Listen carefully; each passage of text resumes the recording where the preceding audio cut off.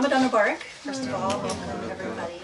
I hope we're all like dealing with fasting brain. Okay, I wore my elephant shirt in hopes that, you know, maybe the fasting brain, like the elephants have good memory. Please don't let me forget what I wanted to talk about today. But anyway, so first I wanted to tell you a little bit about a new project that we launched. And if you follow us on Facebook, you know that we're trying to raise money during Ramadan. Inshallah, we say I believe in Ramadan miracles, and you know we were talking last time about how nice it would be if we actually could raise money for a space that is more proper to invite more people and open up to the public, because you know this space is really nice for us, but it's not, you know, something that we can open up to the public, and the space is limited, so you know it's not ideal to just kind of do more. And so we launched this project. I'm a marketer, so I thought, okay, I'm gonna call it the Usuli Envisionary Mosque. And so we can envision like what is sort of our model mosque. And the idea is like, I would love for us to, you know, the dream is one day to create like a mosque that we all wished existed. So it's kind of like a place where you walk in and you immediately feel at home, and converts feel welcome, and you're not in fear that anyone's going to run up to you and start correcting you about anything, or you know, telling you that you're not doing something right, but that people are kind and loving, and you know, and that there are services there that really help people, you know, that services that they need, and that we really kind of live the spirit of what we talk about here and kind of have like an ideal space. And we actually just found out that the house like across the street here is now for sale.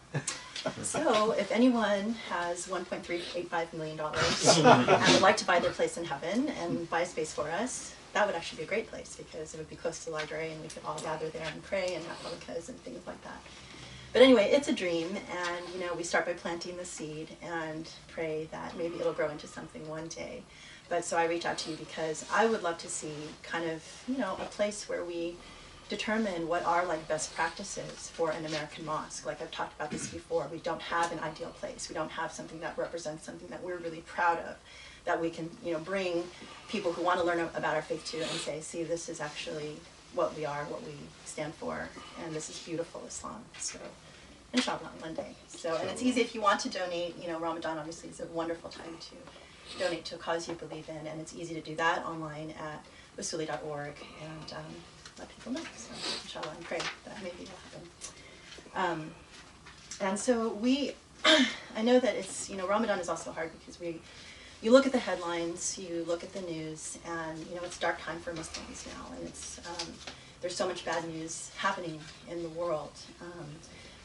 But you know, we try here. I mean, the two things that we're really focused on doing, obviously that we believe hopefully can make a difference, is spend time on weekly khutbahs, and I hope you have been following what we do, and also these monthly halaqas. And I think, you know, I believe that these are, you know, the professor has talked about how the jihad of our times is really jihad, the jihad of ideas and knowledge, and that this is how we can really make a difference in how to make people kind of reconnect with Islam and hopefully fall in love with Islam again.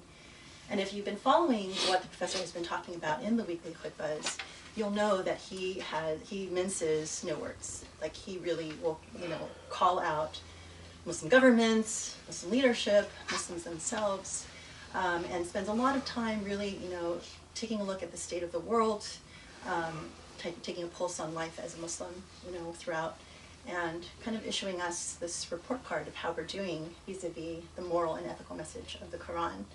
And I wanted to just take a little bit of time to kind of talk about what happens behind the scenes, because you know, it takes a lot of time and a lot of effort to prepare for these weekly khutbahs.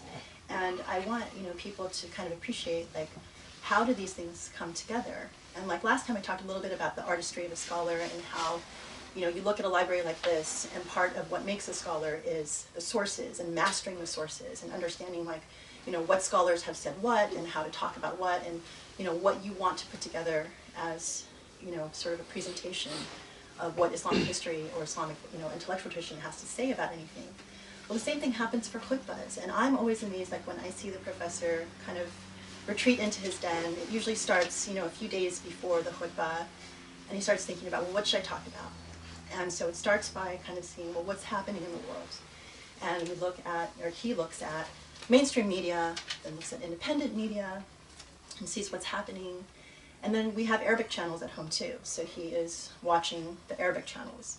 You know, what are they saying in Saudi Arabia? What are they saying in the UAE? What are they saying in Egypt? What are they saying in the independent channels in different places in the world? What are they saying in Israel? How are these same issues being presented from different viewpoints, whether it's a Wahhabi viewpoint or, you know, more liberal viewpoint? Then what are people saying on YouTube? You know, and what are the Muslim leaders saying about, you know, things here in America? And, you know, what does all of this mean? Like, how do you synthesize all of this data? And, you know, how should we be thinking about it as Muslims? What are Muslims doing? Are they reacting to it? Do they even know that this is happening? And all of this then comes together, and he then, you know, goes to sort of the spiritual side of it. And it's like, okay, what should we as Muslims be thinking about what's happening? How should we be reacting? And puts that all together, and it easily could take 5 or 10 hours a week, and comes with this very powerful message, which, you know, and also the other thing he does is he looks at other khutbahs that are being given around the country, and it's like, who's talking about this, and how are people talking about it?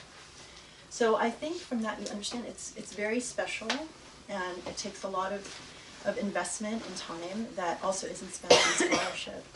And so I want people to understand, like, you know, this is really exciting. You know, on a weekly basis, you get Khaled Abou El Fadl, who is an expert in Islamic law and, you know, sort of the big issues of the day, like, you know, everything from political asylum to human trafficking to law and terrorism and national security. Being able to bring all of that to bear in, you know, a weekly khutbah. And I think that it's really powerful to know that this, for us as Muslims, is such a blessing and such an education. Like, if you do nothing else but watch on a weekly basis and invest that 30 minutes to maybe an hour to know what's happening in the world and how should we respond to it as Muslims, you know, that's very exciting, and I hope that that can change. And, you know, the sad thing is, it's like we kind of, well, maybe it's not sad. I mean, it's like, you know, people have commented on Facebook where I share it, where it's like, oh my God, this is an incredible khutbah, and hundreds of thousands of people should be watching this and sharing it. But you can see that it's really more like hundreds of people. So, you know, I wanted to also encourage people, you know, if you believe in what we're doing and you believe in the message and you see like how breathtakingly honest, and honestly, it's, you know, puts us at risk too, you know, because when he speaks out and says, calls things as it is, it can, you know, you hear about people who are speaking out, who are getting threatened by the Saudi government and, you know, things that happen to them. You know, it's not an easy time to speak truth to power. But obviously, I think if we come together, if, you know, everyone can share and get the word out about these khutbahs, I think it can make a real difference. And same thing for the monthly halaqas. You know, there's a lot of preparation that goes into, you know, what is presented here in this space. So usually the professor, again, will start, you know, sometimes a week before, sometimes several days before, and, you know, starts reviewing the things that he learned when he was coming up through the halaqas, and then choosing sources and rereading and trying to figure out, you know, which scholars he wants to present and how to synthesize certain data, and then, you know, also talking about what's happening in the world and how does, you know, what we discover in terms of the nuance and meaning of the Quran relate to our life today, because it really has to make a difference for us, you know, and how we live our lives in this context. So, you know, deciding how to put all of that together and presenting it is, again, it's a very time-consuming process. And, you know, we show up here because we love what we do. We believe in the power of, you know, this beautiful message. And, you know, we don't get paid for this, but we, you know, inshallah, we just want, you know, things to improve. And I hope that people will, you know, also reciprocate with sharing the word, taking the time to learn from, you know, this knowledge base. And hopefully we can spark, you know, an intellectual revolution or get people excited to fall in love and recommit to this faith. So I just wanted to ask you again, please share widely with your social networks, and, you know, inshallah, hopefully we can make a difference. It's one way to fight back. And on that point, I just want to take a moment to speak to the Muslim Holocaust that is taking place in China.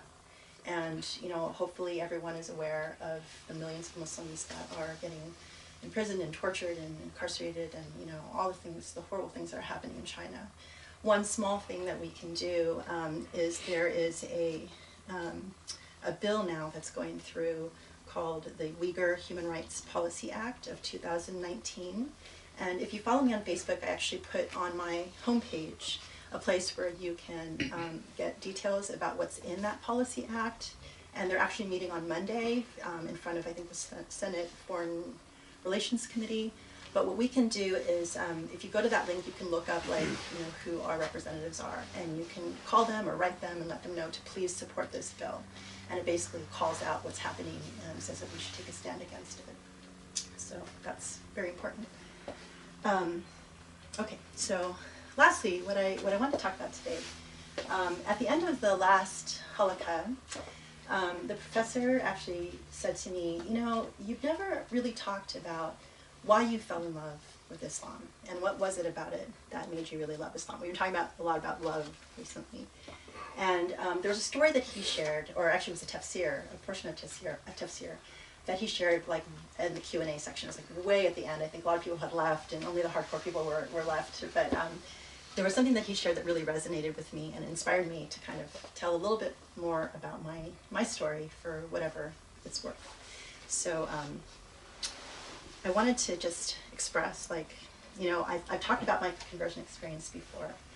And early in my Muslim days, I had some really, really difficult tests. And I think I had said before that, you know, I was disconnected from my family for about 8 years. My parents are Taiwanese immigrants, and I'm an only child, you know, the only daughter. And so there were a lot of hopes and dreams that were placed in me. My parents came over from Taiwan when they were in their 20s. And my dad was, I mean, it was a typical immigrant story. You know, they came here trying to have a better life. Both my parents were really highly educated. They had graduated from college. My dad actually even had an opportunity to go study in Japan to become a medical doctor, but he decided to come to America because he wanted to be with my mom. And my mom came, and her first job was, she was an executive secretary for one of the directors of UNICEF. And she had come and she had borrowed like $1,000 from her boss. And she was pregnant with me. She was working hard, sending money back home. You know, so it was tough times. And my dad, when he came here, because his English language was not up to par, he started out as one of these construction, like the day workers, you know, the guys that stay on the streets and try and, you know, get random jobs.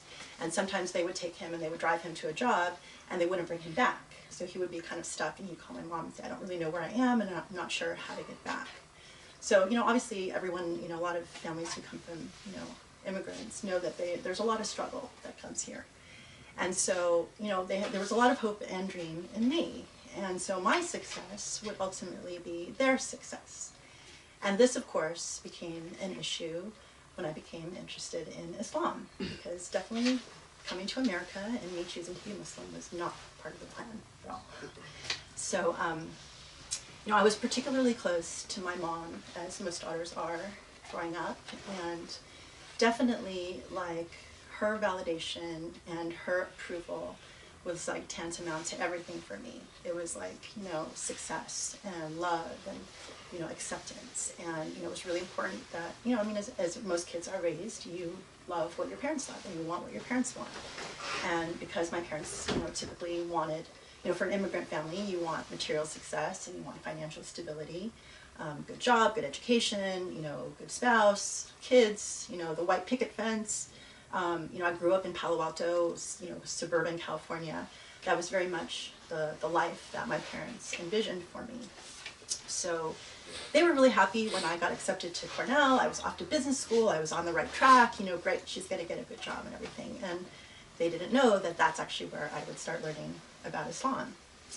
And so interestingly, like, my mom would come visit, and when she first realized that I was interested in Islam and started studying, she felt threatened and was worried. You know, she was nervous. And, you know, I had a fax machine. Maybe I'm dating myself. I was cool because I had a fax machine where I was living. And my mom started faxing me articles about female genital mutilation and articles about Muslim women that would get oppressed, you know, and this was her sort of passive-aggressive way of saying, no, that's not a good idea to be Muslim. So then I was like, okay. And, you know, and my parents were in Palo Alto, I was in Ithaca, New York, so I was clear on the other side of the country. It was kind of the first time where I was physically really apart and outside of, like, the comfort of my home. And looking back on that, you know, that was a real blessing, because it was kind of like, you know, I was sort of in a new place and I was free to sort of think about things without kind of my parents, you know, over me and telling me, you know, this is not a good idea. So, but they would come and visit. Is someone coming in? Okay. Come on in. Yeah, please come on in. Don't worry. We just got started. So, you know, there were times. So they would come, and my mom would see that, you know, I was sort of getting more and more serious about Islam, and so then she would start fighting with me, and, you know, kind of pulling out the weapons of disapproval. And again, you know, it's great. She could get on a plane and go back to California, and it's like, fine, I could continue doing what I wanted to do. Ultimately, then, when I converted, there were times when, you know, I would come home, I would visit in California, and I would pray, you know, in my bedroom, and I would be kind of quiet about my Islam. But there are also times when we would travel somewhere, and we'd be staying in the hotel together, and I had nowhere else to pray except in front of her. And I was like, well, okay, I'm not going to not pray just because she's not happy about it and she doesn't like it. So, I mean, I remember there was a time where I was like praying, I could feel like the heat of her, you know, watching me, like on my back. Like if she could burn me with her eyesight, she would have. But I prayed, you know, and I think at that point she was just like, okay, this is just a phase, and hopefully she's going to grow out of it. Ultimately, when I met the professor, and I'd been a, you know, Muslim for a while, I called my mom, and I was like, you know, I told her, well, I've met someone that I care about, and, you know, he's Muslim. And when I told her her name, and she heard that it was an Arab-sounding name, she immediately broke down crying, and she, you know, she recognized this was like a serious crisis, that her daughter was now like really into it, and that she had to up her resistance game. So from that point, you know, things got very, very difficult. And, you know, around that time, I realized that she was reading books like the Islam Unveiled and The Truth About Islam. And these were at that time, like in the 90s, you know, these really serious hate tracts. And they were, you know, like the Islamophobic books that have now since multiplied. But, you know, and she became convinced through reading these sorts of materials that she needed to call a cult intervention group, and she needed to intervene and have me kidnapped and deprogrammed, because Islam is obviously a cult. And, you know, from there, that was about the time where I was like, okay, I need to sever ties for my own survival. And, you know, things got serious. I mean, there's a happy ending to this story, so I'm not, you know, the point of it is not to, you know, like skewer my mother. I mean, it's not at all like that. So if she's watching it, this gets to a better place. So, but the point is that, you know, it started from a place of a lot of ugliness and a lot of fear.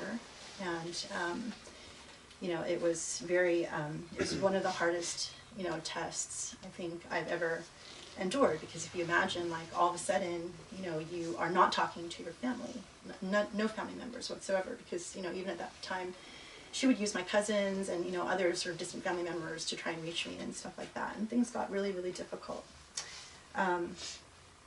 But so this, you know, so at that time, then it was kind of like I was starting fresh. By that time, I had largely sort of ended my friendships with people that I grew up with in high school and in college. And the reason was because when I sort of made the decision that I wanted to live a life of purpose and I wanted to live a life of morality and meaning, you know, my friends, I had all of a sudden had really nothing in common with my friends anymore. I mean, they were squarely in the material life, and they were not even interested in having a conversation about a spiritual life. So I knew, like, okay, well, it's not good for my health, and it's not, you know, not something that I really want to continue. And so that, you know, I didn't really have any friends anymore, and I didn't know many Muslims. You know, the professor and I had gotten married, and so I was newly married. That was a completely new situation. You know, I grew up as a spoiled only child, had no idea how to keep a house, how to raise a child, how to do anything. Sharif was about 4 or 5 years old, so I had a new child, a relatively new convert, and it's like, you know, everything was sort of crazy. But, but the thing that I did have with me was my mother's validation compass, right? I still had in me that sort of, you know, need to have my mother's validation. Just because I wasn't talking to her didn't mean that I didn't have what she raised me with, and that was really difficult. So this brings me back then to what the professor talked about at the end of the last Halaqa, which is this really beautiful, and I don't remember the name of the scholar, but I think in one of the books that he was talking about, the idea that human beings, when they start out in the fetus of their mothers, they're in a very tranquil, safe place. And then they're born and they become aware of the cold world, you know, material world that exists. And they grow up, but they grow up still with this sort of longing for the divine. And that falling in love with the divine is sort of it's like kind of a reverse process where you want to kind of move back to the womb of God, the womb of Allah and the tranquility of Allah, and it's kind of a process of migration. And so when the professor said that, it just resonated so much with me, because I remember like how difficult it was, even though I had made the decision to become Muslim, even though everything around me was Muslim, there was still so much within me that was that 27 years of my mother's religion that I grew up with. And it's like I had that, but now I had made the decision that I wanted to follow a new religion. And it's like these two religions I knew could not coexist because they were diametrically opposed to one another. And they had to like battle themselves out within me. And that was a really hard process. Because, on one end, it's like everything was material, and on the other end, it was really about, focusing on the spiritual. And the other thing that resonated with me is, the professor was talking about how there's just this intuitive understanding. Like I knew from a child, like the child version of me always believed in God. Like I always believed that there was, like a power. There was someone watching me that knew everything that I did and what I thought and how I felt, and that was always with me. And so that's kind of how I understood that. I always felt like, even though I'm in love with my mother and I'm with my mother and I'm in my family home, I still, believe that there's someone watching me. And I even remember like I was 10 years old, and now I understand, I look back on this and I recognize this as this longing for the divine. I remember I would perpetually have this sort of visceral emptiness in my stomach, and I always felt kind of lonely, and I felt kind of depressed, and I felt like something was missing. And my mom would be right there, and I would be like at home, and I would be surrounded by everything, but still there was something missing. And now it's like, okay, yes, that feeling, I think, is what ultimately led me to search for God and ultimately, find Islam. And I would tell my mother about this. I had this like weird feeling, and she'd be like, you probably have a stomach ache, you probably ate something. I'm like, no, it's not like that. So when I started, my path to Islam was really like through reading and prayer and talking to God.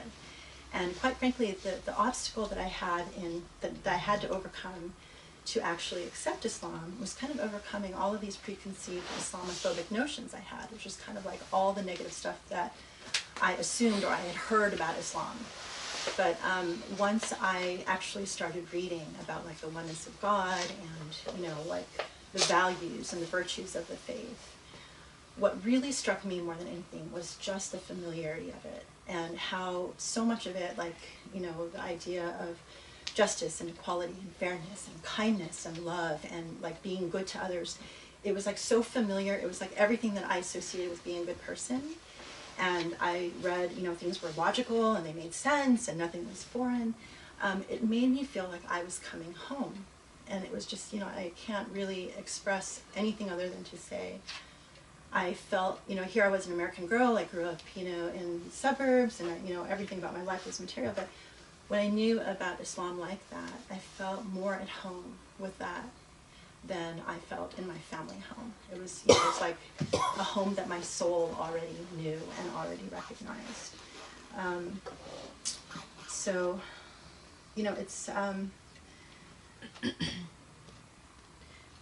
it's, it was a hard transition. I mean, so coming back to, so this estrangement with my parents, it was interesting because, I always say that me converting to Islam was actually one of the best things that happened to my parents too. I mean, my mother was really devastated when I sort of cut relations, and so devastated that she actually turned to God and started going to church. So she actually became a religious person, and we were like kind of on opposite ends of the spectrum, and we became sort of closer within range where we could actually have a relationship. And, that was something that was really beautiful, but it took a long time. I mean, I think that the most important thing that I wanted to point out is that, this was a really, that a period of, being separated from my family was an intense struggle and an intense period of growth. And I feel like looking back, it's like God knew that I had to have that kind of severance from my family in order to sort of rediscover God and, kind of move towards finding my true mother. And, you know, it's not something that took, I mean, you know, it was not overnight. It was a lot of like hard-won battles. It was a lot of prayer and reflection, a lot of pain and a lot of suffering, and a lot of loneliness, quite frankly. But, you know, looking back now, I'm so grateful to be able to say that, my God, that is exactly what I needed to be able to kind of free myself and move from being sort of that spoiled only child that kind of saw the world through the lens of my mother, to being, you know, as the tradition says, it's like seeing with the eyes of God, hearing with the ears of God, you know, touching with the hands of God. And this is not to say that, you know, by any chance that I'm successful or I've, you know, completed the journey or anything like that at all. It's just to say that, you know, now, because of all of that experience, I feel really grateful to be able to say, you know, like now I look at my mother very differently. Like when I think about, you know, when I'm sad, you know, most people think to call their mom. You know, I tend to think about, you know, praying. When I'm anxious, I tend to think about God. When I, you know, have done something that I'm ashamed of, I tend to think of, you know, turning towards God. And it's more of a reflex that has kind of grown over time, but that gives me a lot of strength. And part of it is because along the way, I realized my mom is a human being. You know, she was ultimately my source of validation for so long, but she is not the source of perfect love. She's not the source of perfect justice, perfect compassion, perfect mercy, perfect fairness, perfect understanding, perfect knowledge. You know, those things can only be God. And when you reach that and you realize that's where I want to place my comfort and my strength. And, you know, my mom is just someone who is a human being that's on the journey with me, and I pray that, you know, she will get to a good place with God too. But it's something that's really empowering, and, you know, that comes from, you know, I mean, it's actually, I want to read from, you know, you've heard that tradition also, you take one step towards God and God will take 10 steps towards you. And I've really found that to be true in my life. And so now, I mean, you know, starting out, I literally had written like a letter of divorce to my parents. I was like, I'm done with you and I will see you on the final day. Like things had gotten so bad. And now, you know, 25 years later, we're in a place that I could never have imagined. We have a good relationship. My parents are huge supporters of what we do. And not even just that, I feel like they even admire like the work that we're doing, and they are like rooting for us.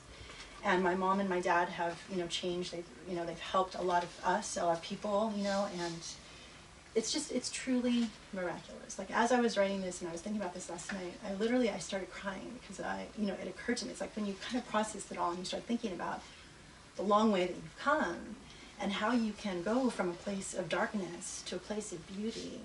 It's truly miraculous, and it's the only way it can happen is through the love of God. And so, you know, like I started this journey many years ago as a broken person. You know, I really didn't like myself and I didn't know what I stood for. And over the years, I mean, I'm so grateful to say, you know, I like who I am today. I know who I am. I get to work in my passion and my strength. You know, I get to be, you know, working with a partner that I love and admire and respect. And I feel like I can serve my purpose. And this, I mean, it's truly miraculous. So I wonder, like, okay, how in the world did this happen? But it came through the instrumentality of Islam, and it came through the instrumentality of God. So I am the first person to testify that I believe in this message, and I believe in the transformative power of this message, and I believe in the transformative power of this approach. And I you know, really hope that, you know, the work that I do or that we do here can lead to that for other people, because I know a lot of people are searching. And they're searching for something beautiful. They're searching to come home, and that feeling of home and comfort. And I believe that it's there. So that's why I fell in love with Islam. I continue to love Islam, and I believe in the power of love in Islam. So that's it. Thank you.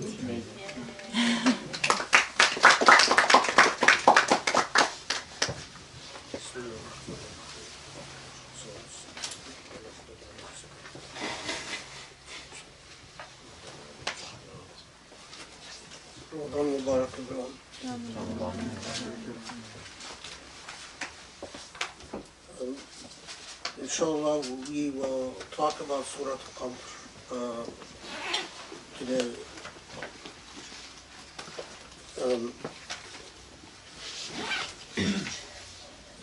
SubhanAllah, just a quick comment. I mean, the process that Grace describes is precisely and what I was talking about in the last halaqa, which is a metaphor given by Muhammad al-Ghazali in his Ihya Ulumuddin. And it's a very consistent theme in Islamic theological works anyway, the idea that human beings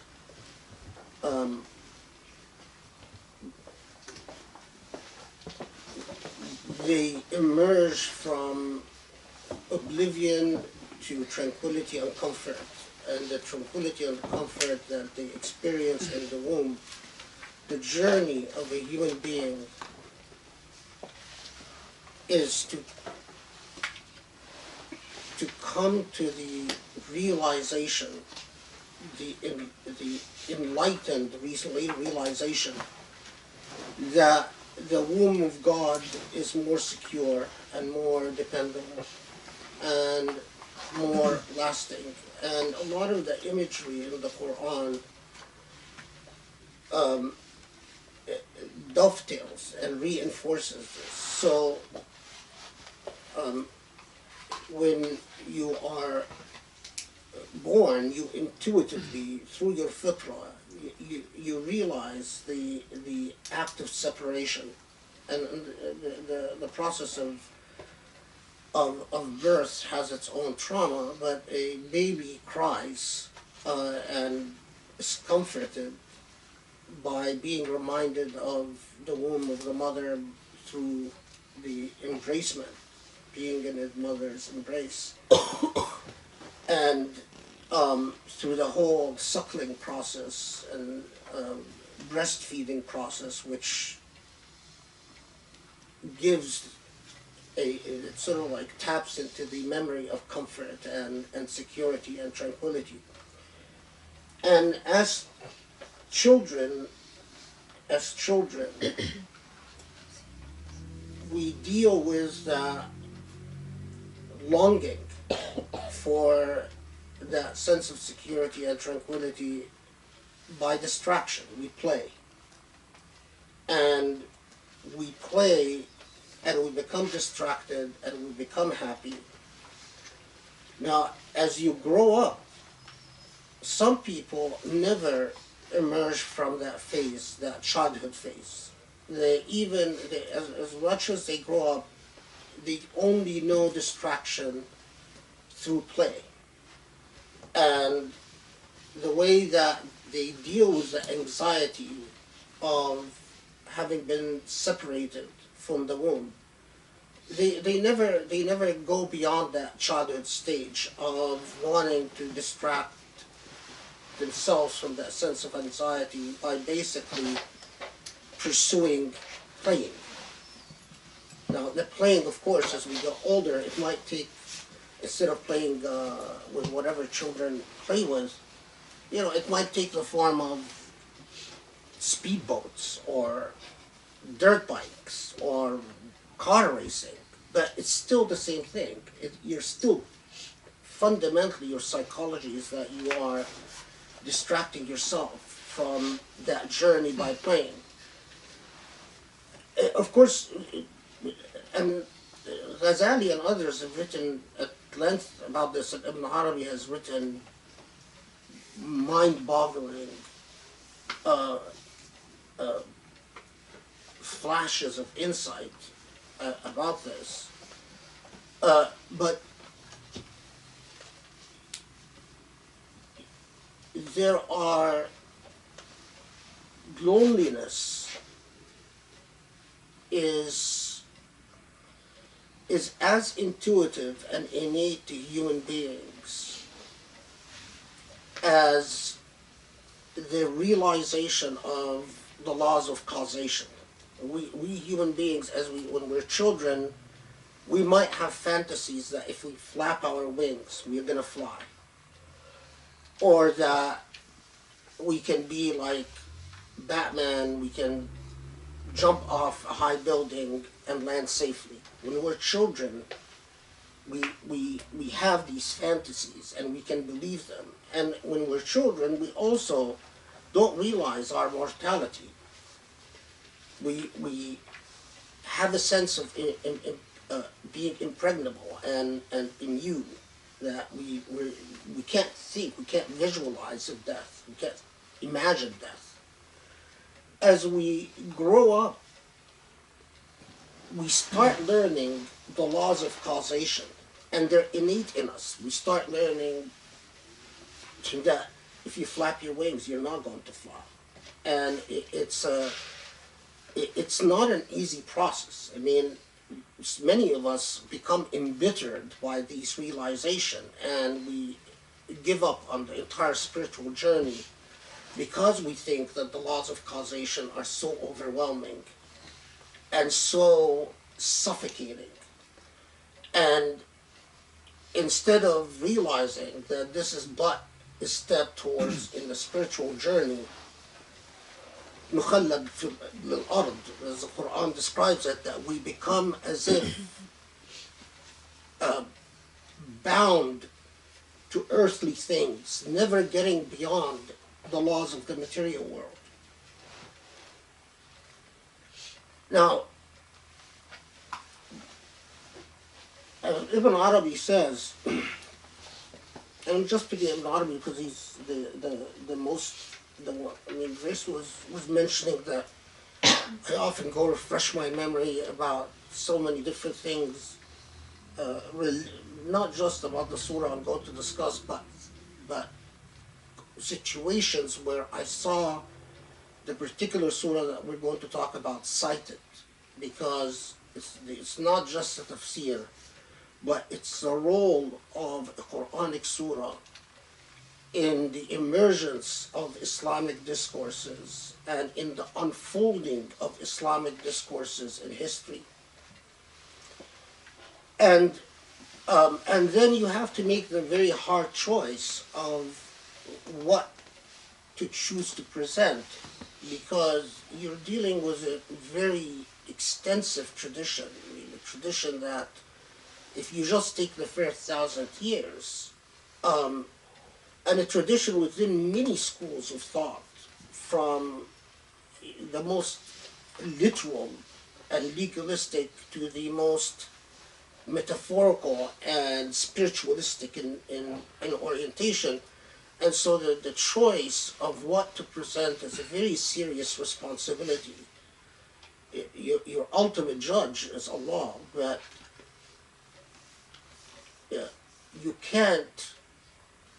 you must be able to justify your choices before Allah,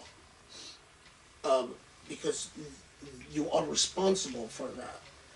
It's interesting what Grace chose to talk about, because one of the things that, I've said it in different forms in the past, but I'll say it again, that one of the most troubling things about us Muslims in the modern age is the tendency, because colonialism has left Muslims severed from their tradition, disconnected from their tradition.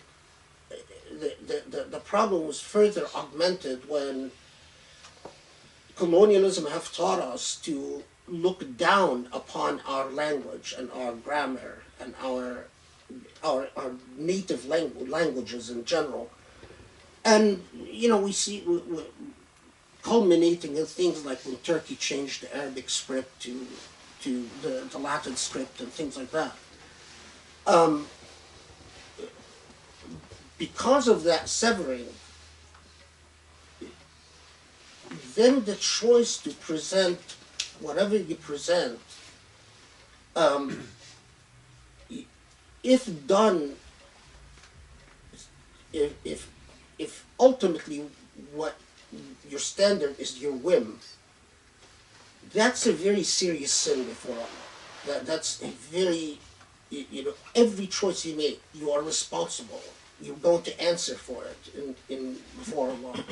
But the thing that is very problematic is that so many Muslims in the modern age act like the uprooted human beings that they are. They shoot from the hip without even troubling themselves with thinking about, well, all the great intellects and consciousness, plural of consciousness, whatever. What was the cumulative discourses about the same subject that I'm dealing with, and the result of shooting from the hip? So, I often find that, for instance, when it comes to the khutbah al-Jum'ah, the person who's giving the khutbah will spend maybe 15 minutes, if that, before they literally don't take it. It's a very heavy responsibility. Once you talk to people, you are making an implicit claim of authority. And making that implicit claim of authority, you are responsible for the way that people either understand you or misunderstand you, and the way that you lead people or mislead people. And if you ultimately, and again, this is a part of morality that is grossly missing in our modern Muslim culture, is that the word is a very serious responsibility. The utterance of a word is a very serious responsibility.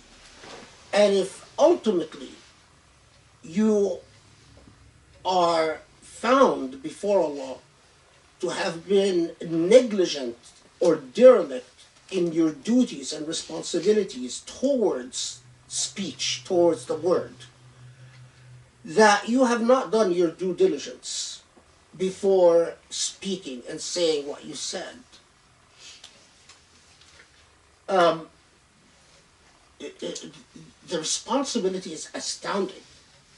And especially if people actually deferred to your claim of implicit authority, meaning that if people actually took you at your word, believed you, and because they believed you, they did or not do things because you said so. And then the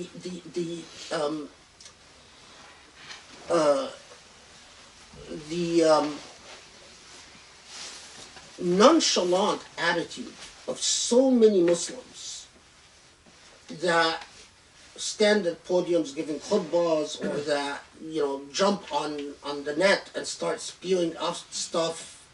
One of the earmarks of a crumbling civilization, civilizational disintegration, is the hierarchy within a civilization, not the structural hierarchy, but the social hierarchy, the sense of respect for one another, for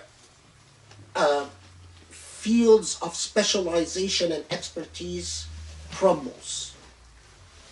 One of the earmarks of civilizational disintegration is that people no longer have a sense of roles. And imagine, one of the best historians that I saw describing, that I've read describing this, said the roles within a society are like the performers within an orchestra. There is a role for the violinists, for the violists, a role for the cellists, a role for the bass players, a role for the flutists, for the oboe players. Each has a role. Now imagine if not just the conductor is missing, but the members of the orchestra no longer understand the role within an orchestral performance. What you get is absolute dissonance. You don't get a symphony anymore, you get noise. And that's because the oboist is performing melodies that for the oboist they think, well, they're close enough to the French horn, I can play the French horn's part. Of the French horn thinks, well, I can play the clarinet part. And the clarinet part thinks, well, the violinists say, well, we don't really need the clarinets, and what's the difference between a cello and a violin anymore? And that is pretty much the aftermath of post-colonized societies. Colonized societies, their structural fabric are undone, and the social roles become renegotiated in fancy academic language. Renegotiated meaning everyone is now rediscovering what roles they ought to play. The problem is they're renegotiated within a paradigm of chaos, not a paradigm of structural order. So there is no one performing, and what becomes, when people renegotiate, while history has disintegrated, authority has disintegrated, religion has disintegrated, so on, they reduce themselves to the stark language of power. Sheer power. Whoever is stronger gets their way, and whoever is weaker doesn't get their way. That is why among people from immigrant cultures, and that's why I remain convinced that converts are essential, because converts don't come from a colonized society. They break that cycle. But immigrants come from colonized societies, and because they come from colonized societies, they bring all the package of that social disintegration, that post-colonial legacy, to the Islam that they practice wherever it is. But going back to now, human beings, whether they come from colonized or non-colonized societies, what is innate within them is that they soon come to realize their loneliness in the journey, that there is always something missing. Now, they might remain stuck in the childhood phase and they never get beyond playing, and they always fill that gap by playing. And there are many grown-ups like that. You see them all over the place. That might take a demonic twist.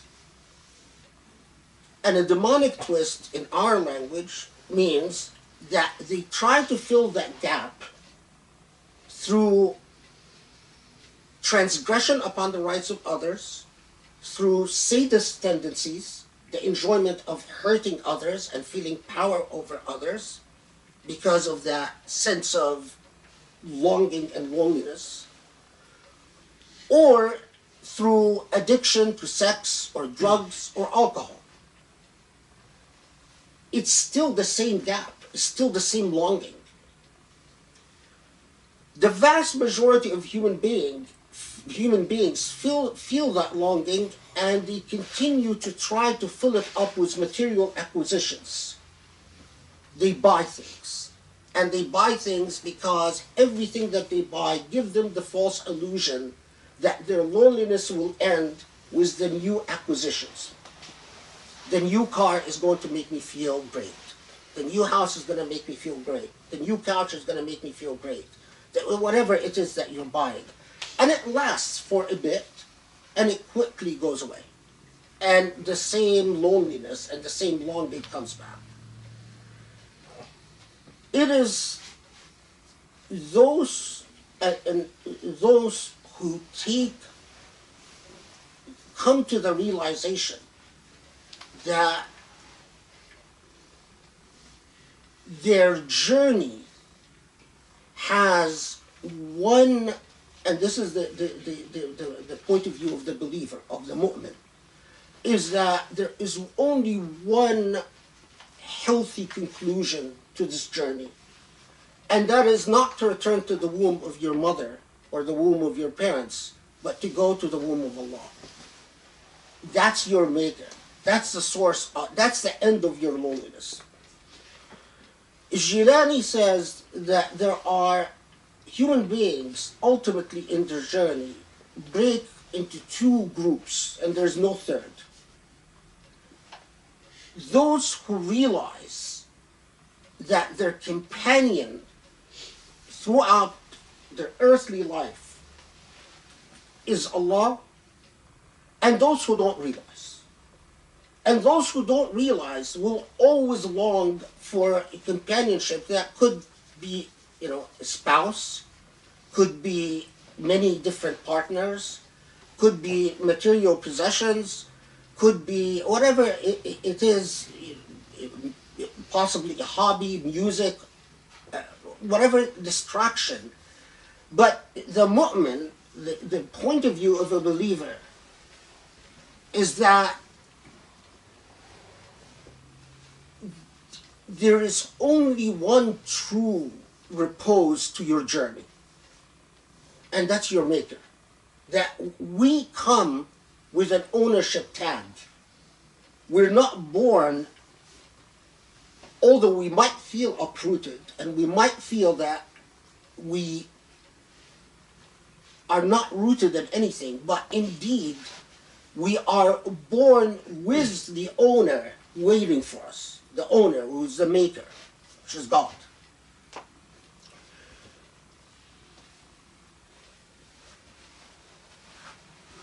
It's very interesting because it dovetails in very interesting ways with some things we're going to talk about in Surah al Qadr. First, let me start by saying that, as always, I'd like to start with placing the surah in the context of the process of revelation itself. So, Surah al-Qadr, إِنَّا أَنزَلْنَاهُ فِي لَيْلَةِ الْقَدْرِ وَمَا أَدْرَاكَ مَا لَيْلَةُ الْقَدْرِ لَيْلَةُ الْقَدْرِ خَيْرٌ مِنْ أَلْفِ شَهْرٍ, and so on.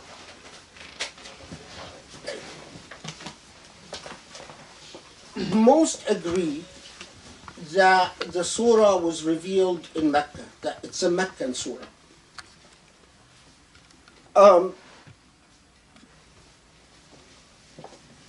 Al-Dahaq, who's one of the famous, very early authorities on the transmission of the Quran, said that it was revealed in Medina. Al-Waqidi, who's a later authority, says that it was the first surah to be revealed in Medina. That when Muslims immigrated to Medina, it was the first surah that was revealed there. Does it matter? The majority say it was revealed in Mecca. Does it matter whether it was revealed in Medina or revealed in Mecca? Yes, it does. Why?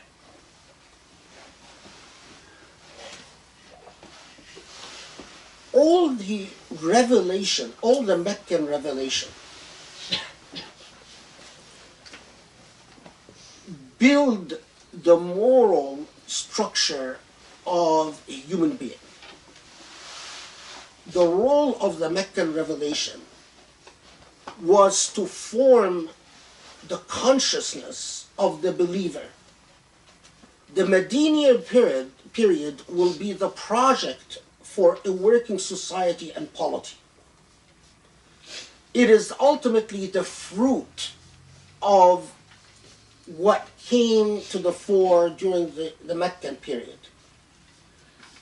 Unlike some modern Muslim scholars who I think are sadly misguided, they're both who believe that the Meccan period is important and the Medinian period is not.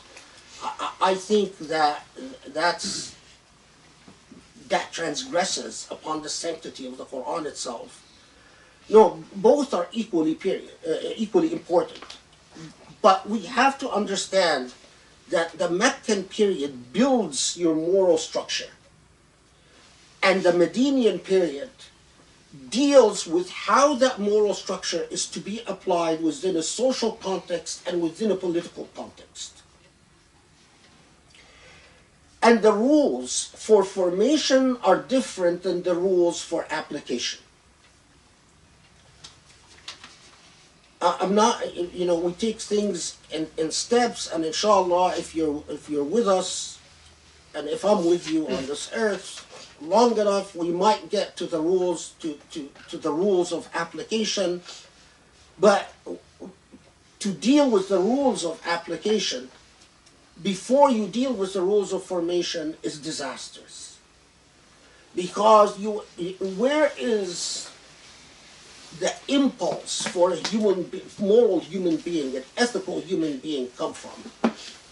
Where does the ethical impulse come from? It comes from inside. The law doesn't make you ethical. The law can try to protect ethics within society. The political order doesn't make you ethical. The political order can give force to the ethical rules within a society. But at the individual level, where is the place of ethics? It's inside. It has to come from an impulse inside of you. If you are an arrogant human being, no law can make you humble. Try to think about this. What does a law do with something like the moral flaw of arrogance? Well, if the law can break a human will, can come and can punish a person who's arrogant and break the will, but breaking your will is not teaching you humility.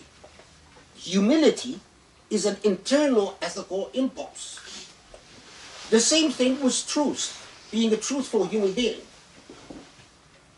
The law can come and punish you for lying, but the law can't prevent you from becoming a hypocrite and lying to the law so that you can get by. So this is a critical point. And in fact, it is the reason that I give these entire halaqas, and the reason that I tell you, you have to go back and look at all the tafsir that you might have missed, if you've missed any of the tafsir for the surah we've done so far. Because without the internal ethical impulse within you, then it's a non-starter.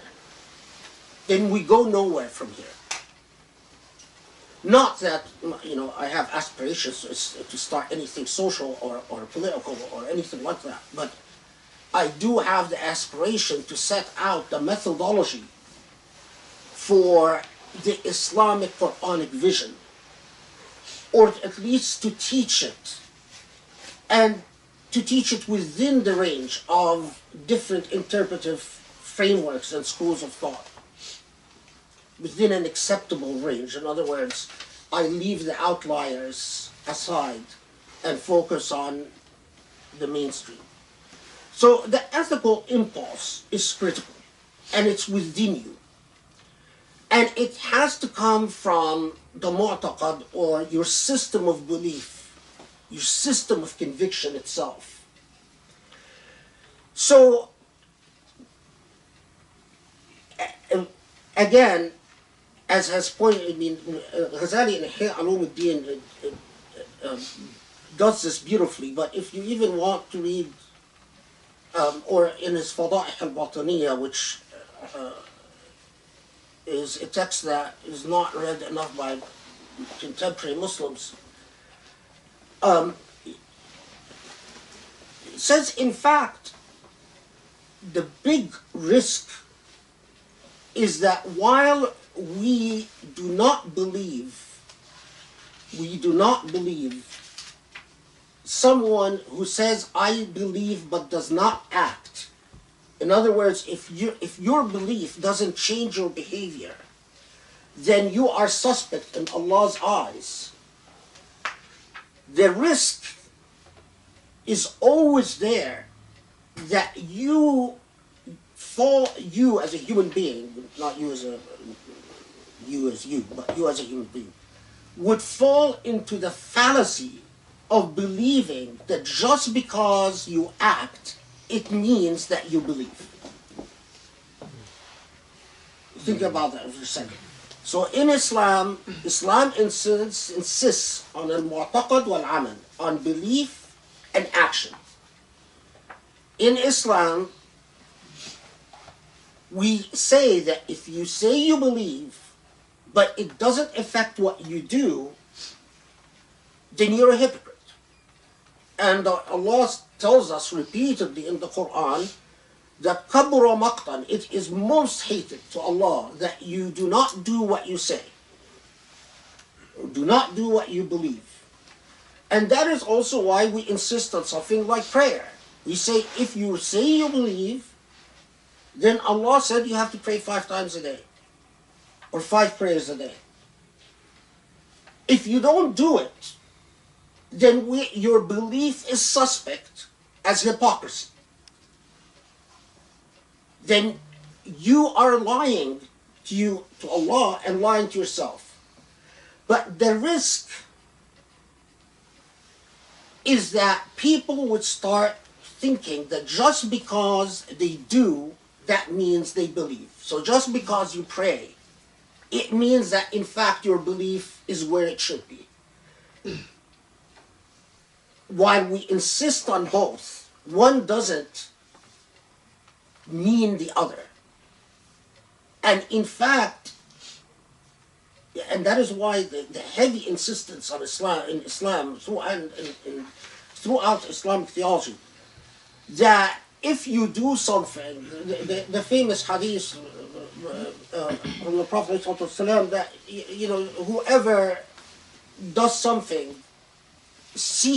wanting the approval of other people, then in fact they're doing it for the purpose of having the approval of other people, not for Allah's approval. So if you pray because you want to be seen praying, then Allah says, well, okay, your prayer is for social reasons. It doesn't count as for Allah. And that is why we also, and if you want to read a long discussion about that in Reasoning with God, in God's Name, I write a very, very long section about pietistic affectations. And that's just my language for the illness, the social illness of the performance of religious rites, religious practices. The performance of religious practices in ways that are inconsistent with the internal beliefs of a human being. And that becomes a social malady, and it becomes a serious problem. And it becomes also, the hypocrisy in the soul is the most lethal disease. The first thing they teach you on the spiritual journey is humility, because arrogance is a deadly illness. If arrogance is in your heart, the chances that you will return to the divine womb, as Ghazali puts it, is very minimal. But if hypocrisy is in your heart, then you are going to spiral off somewhere far from the divine womb. Well, I emphasize all of this because I emphasize the role of the Meccan. So we are not doing this tafsir as they do it in Islamic centers, just so we can say we've done a tafsir, right, as a public service. We're doing a tafsir because each surah builds your moral character, builds your process of internal dynamics and internal incentives. And you should never allow yourself to take the Quran for granted.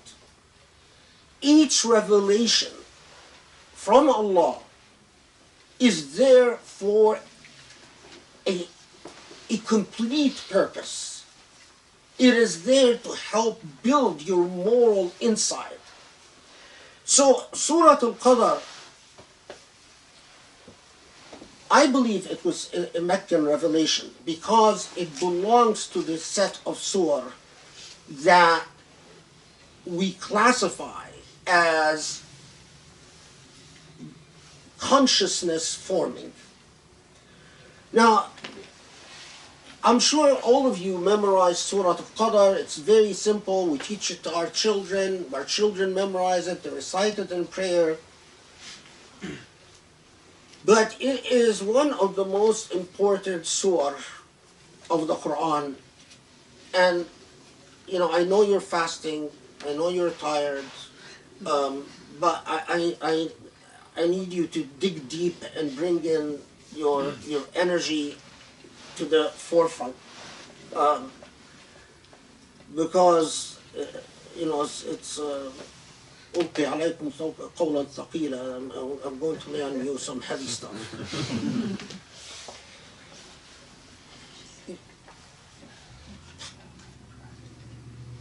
We exist within a plane of, within time and space, as zaman wal makan, right? There's the makan, the place, and there is time. When we notice immediately about that, while Allah unfolded, and we've talked in previous surah about how when in the same way that Allah created the mountains and the stars and so on, in an instant, the reality will become completely changed. The mountains will be folded up, the stars will collapse, and and this is long before we knew about what do you call them, black holes and so on.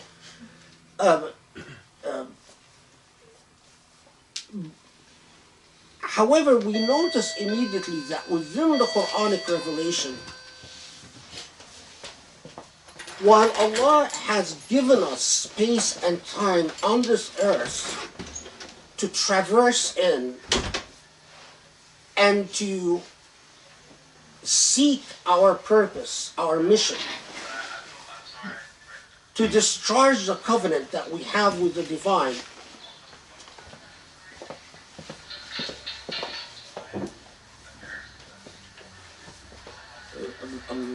the noise is distracting me, so I'm pausing it.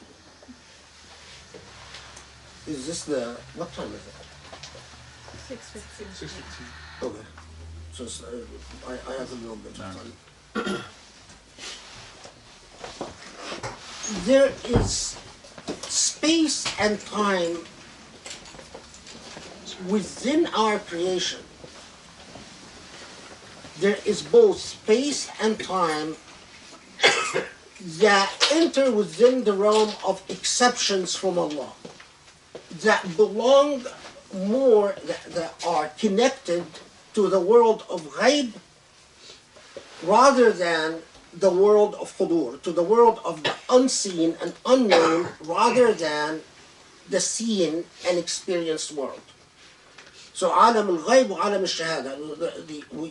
There's alam al-shahada, that's the seen world, the world subject to the laws of causation that we can know and discover. And in fact, not only that, we are commanded to discover, and our command in alam al-shahada is ta'mir al-ard, is to inhabit and civilize the world per the divine covenant that we have.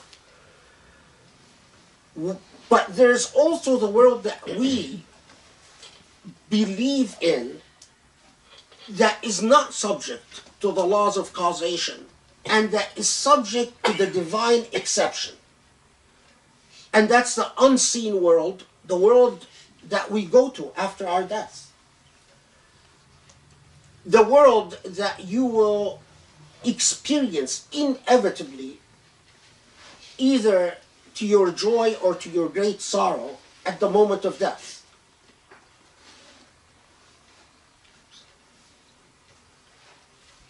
Now, so when Allah, for example, says that prayer in Mecca is worth, or when the hadith of the Prophet ﷺ says that one prayer in Mecca is worth 1,000 prayers elsewhere. Why? Why that spot on that earth? Why the Kaaba in that spot in Arabia? Why Medina? Why does Allah choose the spot on earth of Al-Masjid Al-Aqsa in Jerusalem? Why Tur Sina in Sina, Egypt? Although, of course, the Egyptians don't deal with Tur Sina in the way that the answer belongs to Alam al-Ghaib, not Alam al-Shahad, to the unseen, to the world of belief, not the world of not the world of causation and experience. So spatially, there are places that Allah has chosen and blessed and treated as exceptional. The examples, the most obvious examples are Medina, Mecca, Jerusalem, where Masjid al-Aqsa is, and Tur Sina, these four. Attempting to explain why philosophically is a fool's errand, because it belongs to Alam al-Ghayb. Similarly, in the time realm, there are times that Allah has picked as divine in nature. The why is an Alam al-Ghayb. What are the examples? The most prominent example is Laylat al Qadr. Why that night? Why in that night especially?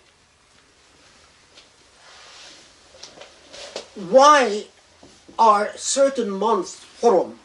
Meaning, if we would follow the Muslims now have practically forgotten the hurum months, but the months that are hurum are the sanctified months where you have to be extra vigilant not to spill any blood. The irony is that since the colonial age, there is a Syrian historian that alerted me to this, and I was skeptical first, and then I went back and started reading some of the material he referred to me, and he told me that the irony is that since the age of colonialism, it seems that every time the Ramadan comes around and there is a special effort to spill Muslim blood. Some type of, coincidence, demonic, who knows. But now, this, the most elaborate exposition on this is by Ibn Arabi without competition in his Futuhat al-Makkiyah, but a far less philosophical exposition is in Ihya Ulumuddin, that the expositions on this part is that although Allah sent us as vicegerents on earth, as viceroys of Allah, and given us time and space as our charge, it is as if the divine maintains the nexus of the ownership, the trademark of ownership, by making certain times and places within the jurisdiction of the divine.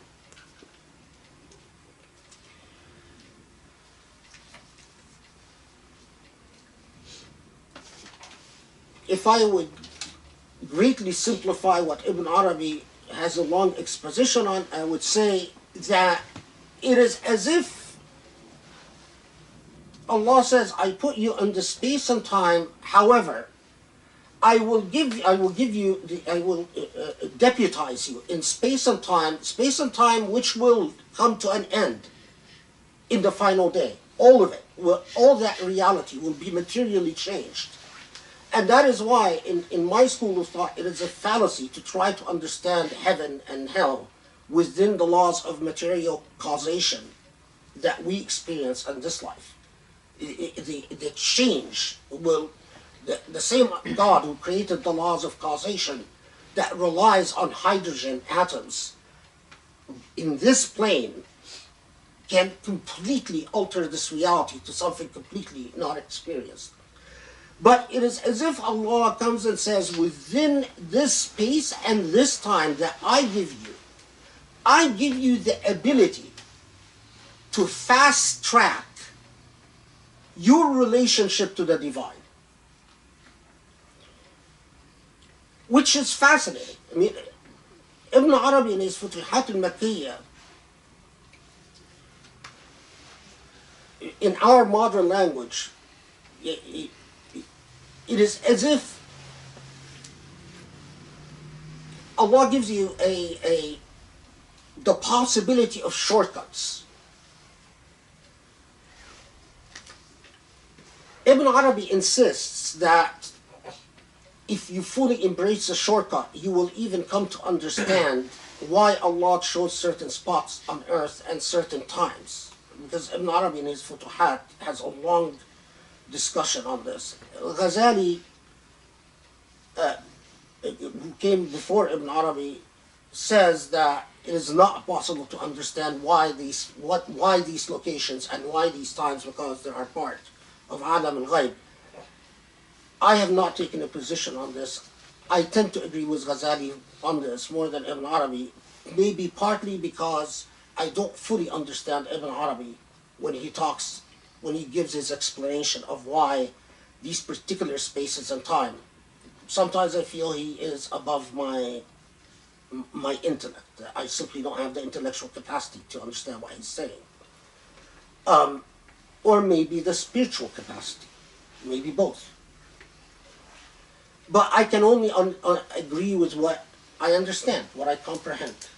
And so, as long as you recognize that these are within your limits. Anyway, so Laylat al Qadr, imagine that the revelation in Mecca, that the time that Surah Laylat al Qadr is revealed, already the Muslims in Mecca are under heavy persecution.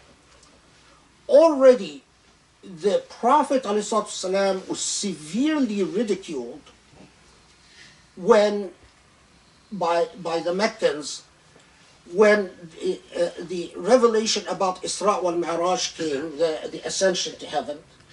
And they were already Muslims who had converted to Islam, and when the Prophet ﷺ said that I ascended to the heavens and I ascended to Jerusalem and then to the heavens, they left Islam.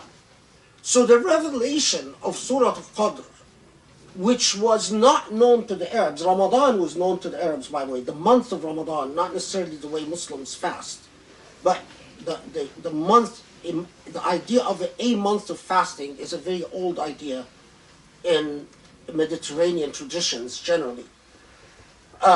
And the month known as Ramadan, or Shahrul Ramad, which means the month of thirst, was part of the Arabic language already. But Laylat al Qadr was not.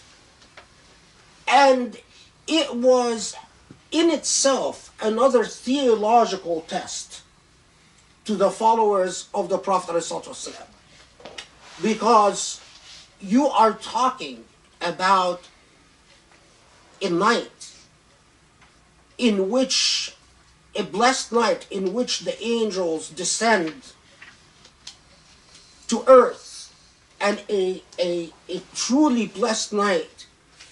They mocked the Prophet at the time by saying, where are these angels? Where is this night? Show us this night. Oh, we will set observatories to watch your angels come down to earth on this night.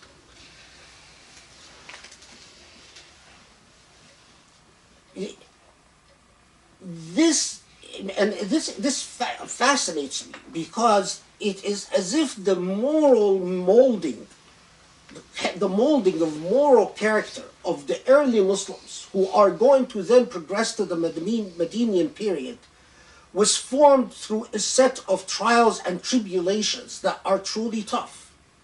You follow what I'm saying? Mm-hmm.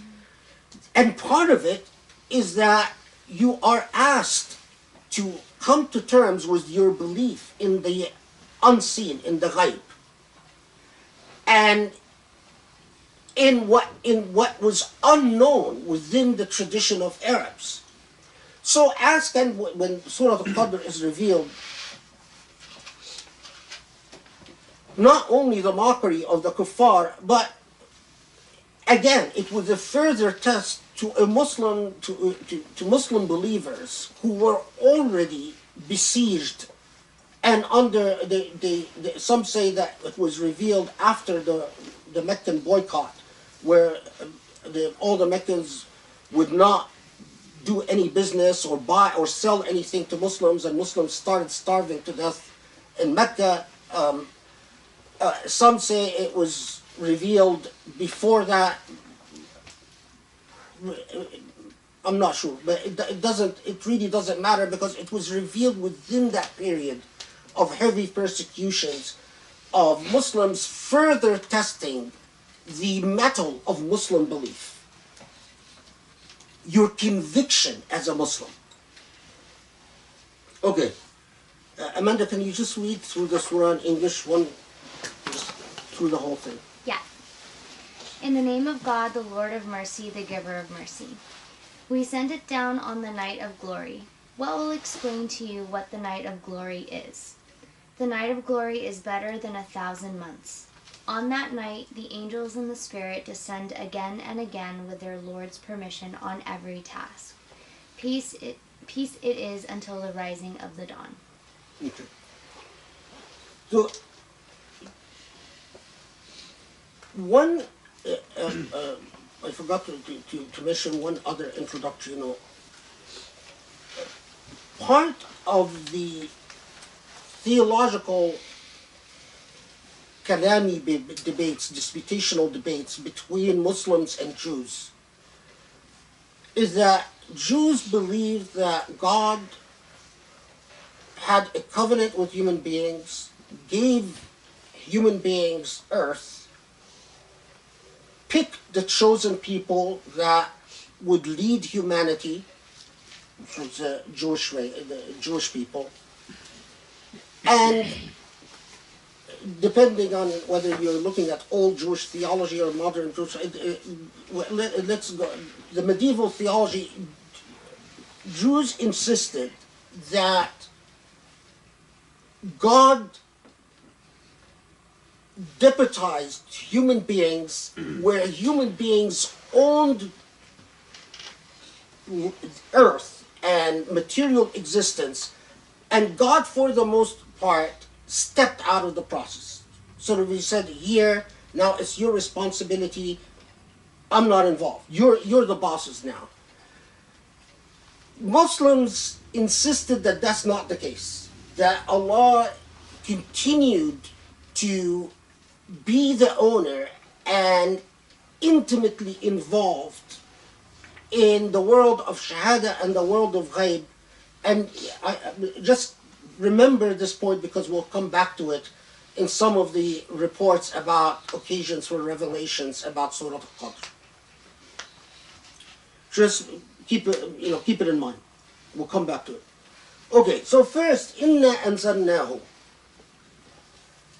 Here, we, inna, and Allah sometimes speaks in the singular, ana, and sometimes speaks in the plural, inna, and there is a reason behind, and particularly the Sufis excelled in their study of when Allah uses the plural and when Allah uses the singular.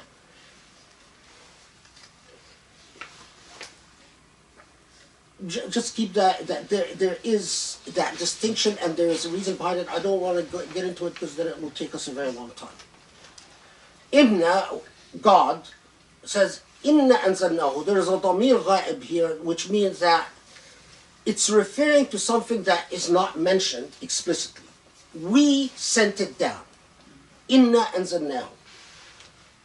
That begs a question, sent what down? It refers to something that is not explicitly mentioned. So when it says, Inna anzalnahu, we sent it down, fi Laylat al Qadr, in this particular night. Amanda's translation says glory, calls it night of glory. Does anyone else have any other translation? Yeah. What does it call? Night of destiny, Night of destiny. Okay. Any other ones? Night. Decree.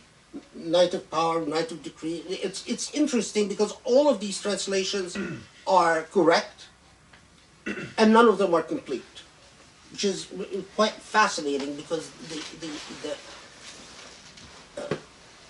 it's one of these surahs that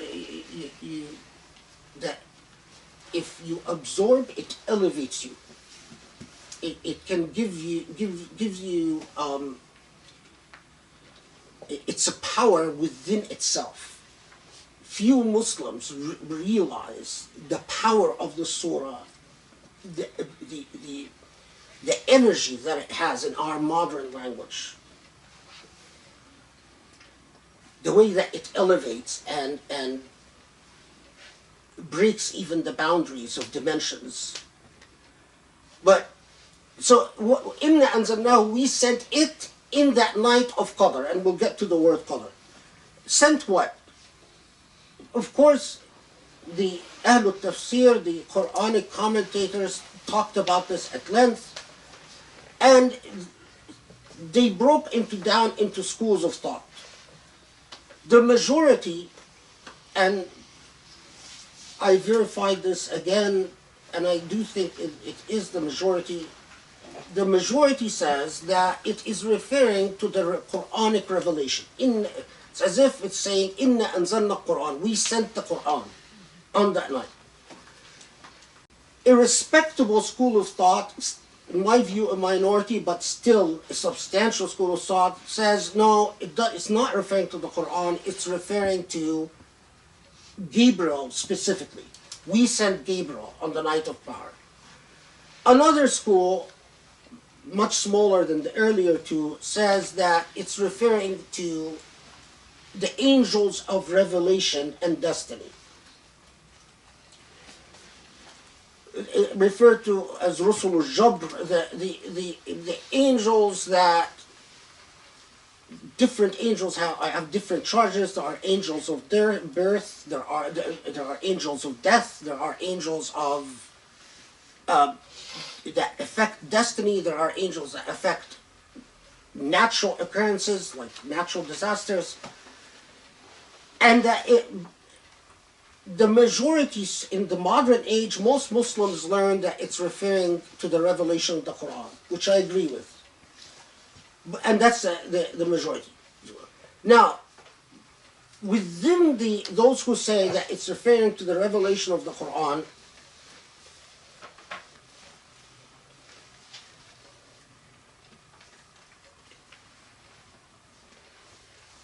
there is, and the view that I assume most modern Muslims learn, is that the Quran is revealed from a Lawh al-Mahfuz, from the eternal tablet, primordial tablet, to the heavens of the earth, so that the angel Gabriel would then transmit it to the Prophet Muhammad, depending on the occasions, per God's command.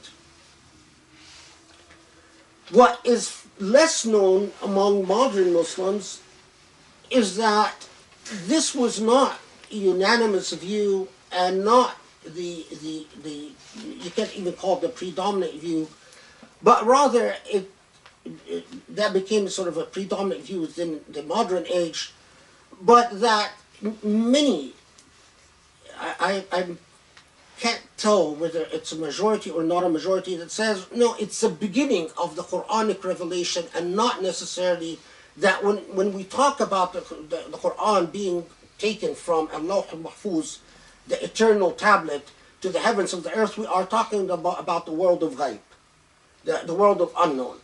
And when it comes to the world of unknown, we do not have nusus, we do not have texts, revealed texts, that clearly resolve this matter.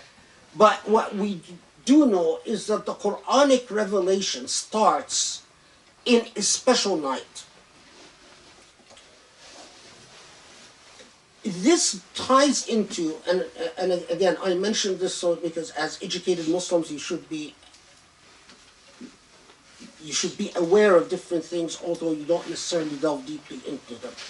This ties into an old debate within Islamic theology about whether the Quran is God's created speech or uncreated speech. We're not going to get into that, the whole debate between the Ash'aris and Mu'tazila and so on. But many Sunni theologians who wanted to prove that the Quran is uncreated speech insisted that in Laylat al Qadr, the entire Quran came down from Allah al-Mahfuz, the eternal tablet, the divine eternal tablet, as a whole, to the realm of the heavens of creation. Sama al-Ard doesn't mean the sky that we look at above, but it is within the time zone, the spatial zone of humanity. If you want the dimensions in which humanity live. The one who remarkably, way ahead of his age, describes the world of dimensions long before we mathematically knew about dimensions is Ibn Arabi. He blows your mind. He clearly says reality is multi-dimensional, and there are, and he describes it in a language that is way ahead of his age. Anyway,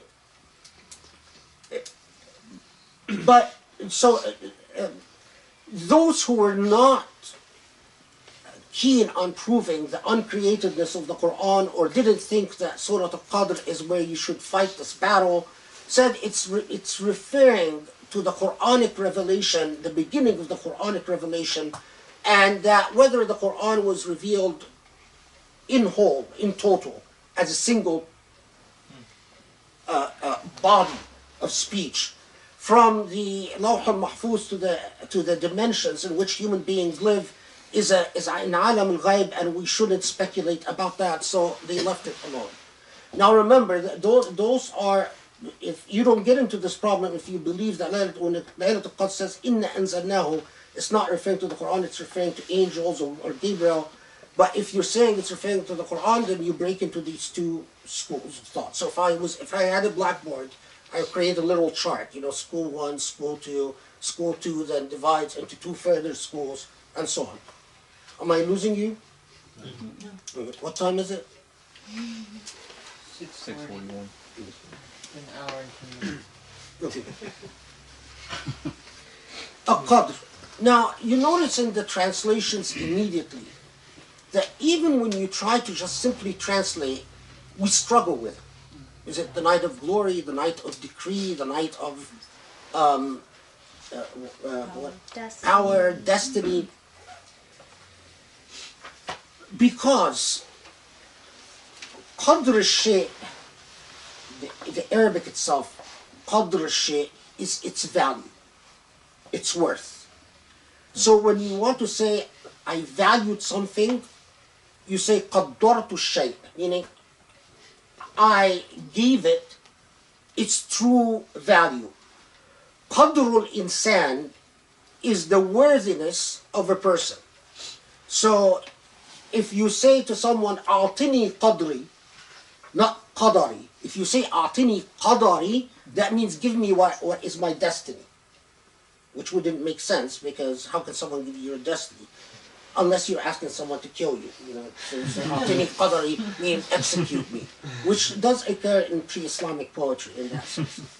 But if you say أعطني قدري means give me what I'm worth. Or so when Allah says Laylat al Qadr, is it Laylat al Qadr or al Qadr? Qira'atan, you ever hear of the qira'at of the Quran? Qira'at are orthodox, different, variant readings of the Quran. A minority reading said it is Laylat al Qadr. This is not what Riwayat Hafs an Asim, which is the majority, the most of the Qur'ans printed today, is Hafs an Asim, which reads it with a sukoon on the dal, which means a qadr, not a qadr. Those who read it as Laylat al-Qadr, then it is the night of fate and the night of destiny. And those who read it as Laylat al-Qadr, then they have an open field, because it could mean various things, but primary among them is a night of great worth, great value, and enormous unfolding. It's alerting you to a night of great power, great unfolding, great value. So some said that it is سميت بليلة القدر because it is ليلة الحكم والفصل. You read in the theological works that some theologians believe that on that night, it's the night was Allah decrees your destiny for the coming year. Not birth and death, which are decreed long before, but your fate can take multiple routes, and on that night is the night that Allah rewrites destinies for the coming year. Many theologians, however, said لم يثبت هذا, that has not been proven to be the case, meaning that we don't have enough evidence from the Prophet ﷺ that indeed it is a night where your destiny for the following year decreed, but rather it is سميت بليلة القدر تعظيما ومباركة, that it was called the night of Qadr in order to underscore its glory and its power and its blessings. This is consistent, by the way, with elsewhere in the Quran when Allah says إِنَّا أَنزَلْنَاهُ فِي لَيْلَةٍ مُبَارَكَةٍ. We sent it, probably referring to the Quran, in a blessed night. Here Allah calls it في ليلة مباركة. Because of that Quranic verse, I follow the school of thought that you interpret the Quran through other verses of the Quran. So you use verses of the Quran to interpret verses of the Quran. And because of that, I don't believe that it is the night in which your destiny gets written for the following year, but I do believe that it is a blessed night, as elsewhere it says in the Quran. Now, speaking from the realm of practice, meaning testifying to practice, my experience is that dhikr, and we'll talk about when is that night and so on and all of that, but my experience is that dhikr, in what Allahu Alam, Allah knows best, what I believe to have been that night, is an intoxicating experience. That it is a night of enormous power and enormous blessings, and that if you persevere, that your soul elevates, so that you can reconcile your soul with your intellect in ways that you thought unimaginable in life. Because most of us spend our lives with our intellects and our soul like quibbling brethren or quibbling siblings. They're within the same blood and family, your intellect and your soul, but they're constantly bickering, endlessly bickering. Of course, your intellect is very good at trying to justify your desires and whatever things, and promotions, jobs, selfishness, but your soul is constantly bickering with your intellect. And when you are able to experience the peace between your soul and your intellect, you truly experience levitation without levitating. If you want a little bit of Ibn Arabi talks in Futuhat al-Makkiyah about the power of spiritual levitating, actually levitating your body materially. He says he levitated. I've never had that experience, so I don't know. But I'm from one of those people who believes levitation occurs only through the power of the angelic power or the demonic power. If you levitate, it is always one of two. It's either angelic or demonic. There is no other known means. Is it possible? Yes, the demonic can do it and the angelic can do it. Anyway, but I have never experienced it. I theorize about it because I read about it, but a lot. But let's stay with soul levitation. Soul levitation, so it is, now here, a blessed night.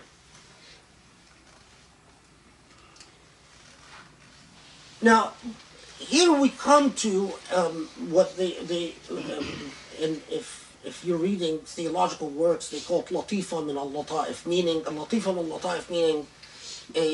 an ethical insight that is worthy taking note of, although it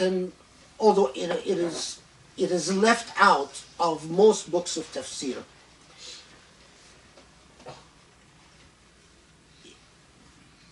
Many theologians cite Laylat al Qadr in the context, meaning that it's not mentioned in books of tafsir, but mentioned where people cite, quote Laylat al Qadr, this surah. They say that Allah gave kitabun dhu qadr, a book of power, ala rasulin dhi qadr, to a prophet of great power, لأجل أمة ذي قدر, for a nation that should be of great power. That the very choice of Laylat al Qadr alerts us to a venue, a pathway to Allah And some of the most interesting discussions where Laylat al Qadr is cited, where it talks about how human beings that don't realize their own worth يفقدوا علم قدره, that human beings that don't realize their own worth, Allah gave them a night in which if they remember Allah within that night, they will realize their own worth. Meaning they will gain self-respect. The sentence that I read, many Muslims in our age, I mean, I wonder if our forefathers would have ever imagined that this would happen, but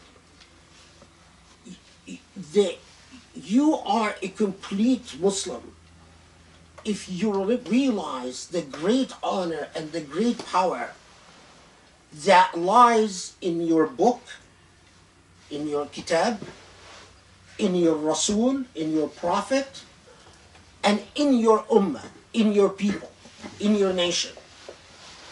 If we miss out on any of these basic components, we become defective Muslims. So if you as a Muslim lose sight of who your Prophet was and what his legacy is, so you're not, like some Muslims today, they're not really sure that their Prophet was all that. They're not even, they'll say stupid things like, oh, we follow the Quran, we don't care about the Prophet.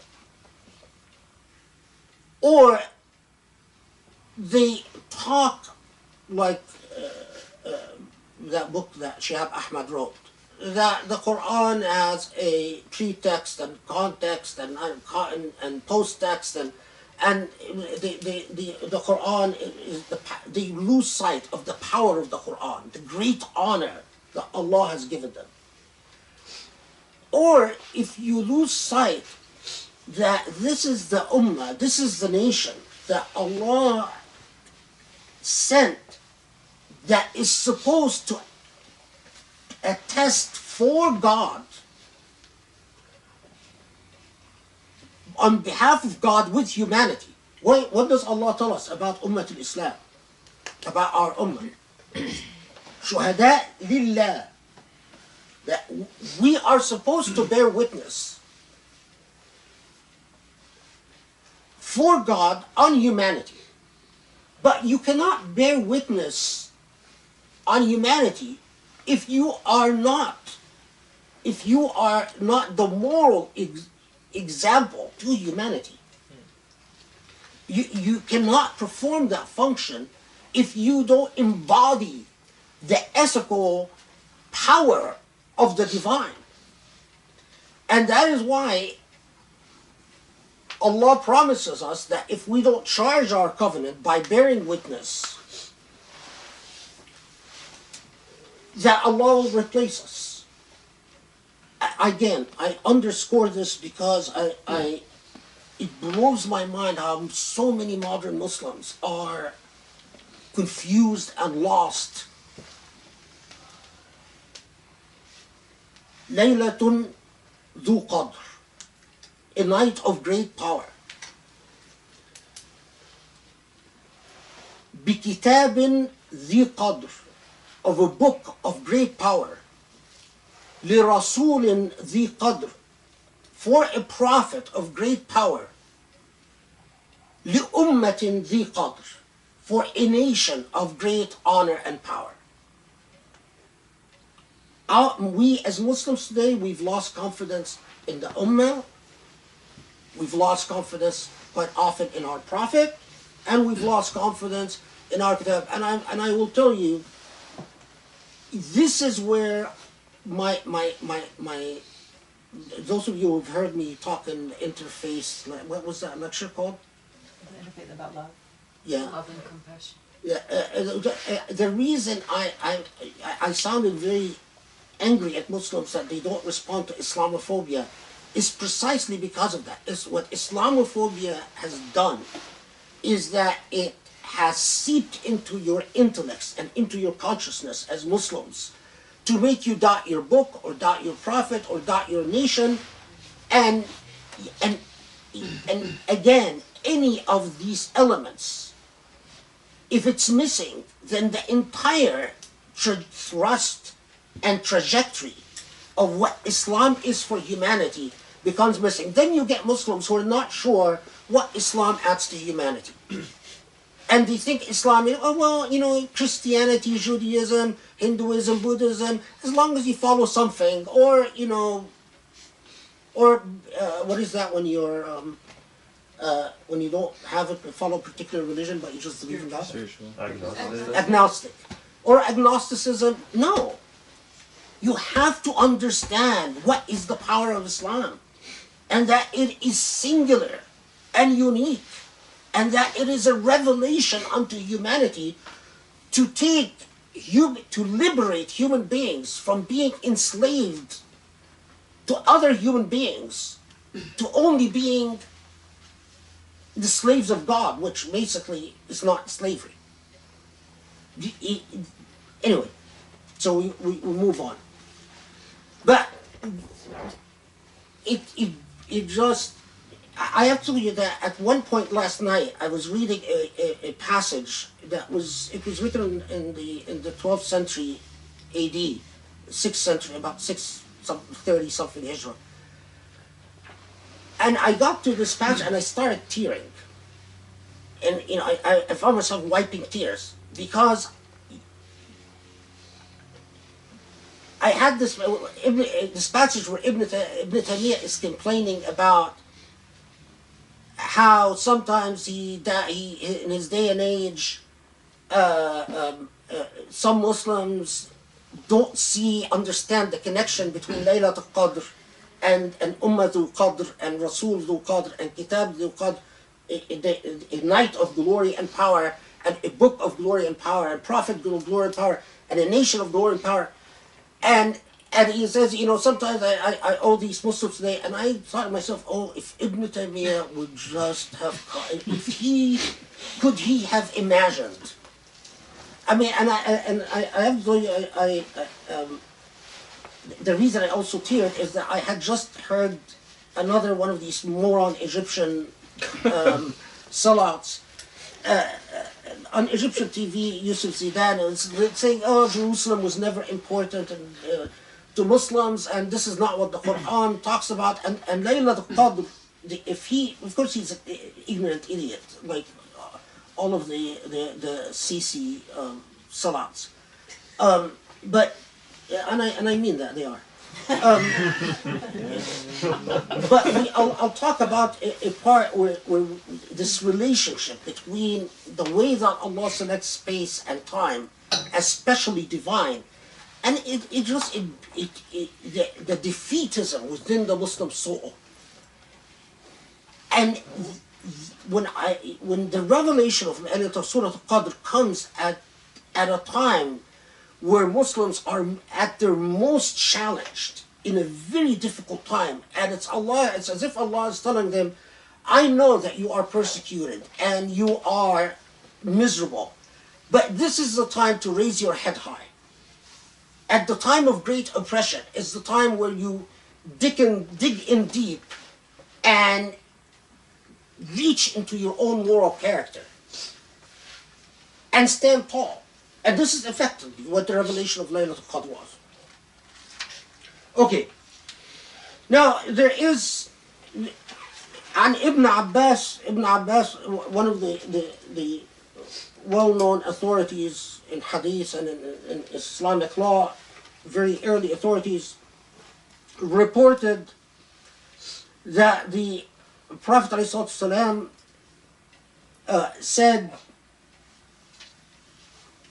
إذا كانت ليلة القدر تتنزل الملائكة.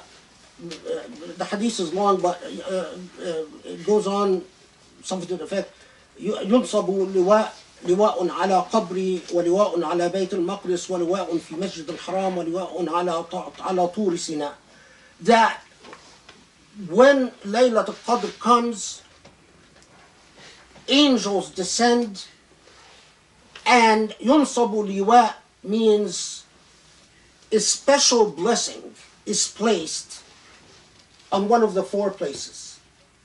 The Prophet is reporting this while he's still alive, but he says that a mark of blessing will be placed on my grave, meaning Medina, what will become his grave, and Mecca, and on Al-Masjid al-Aqsa, which was back then is an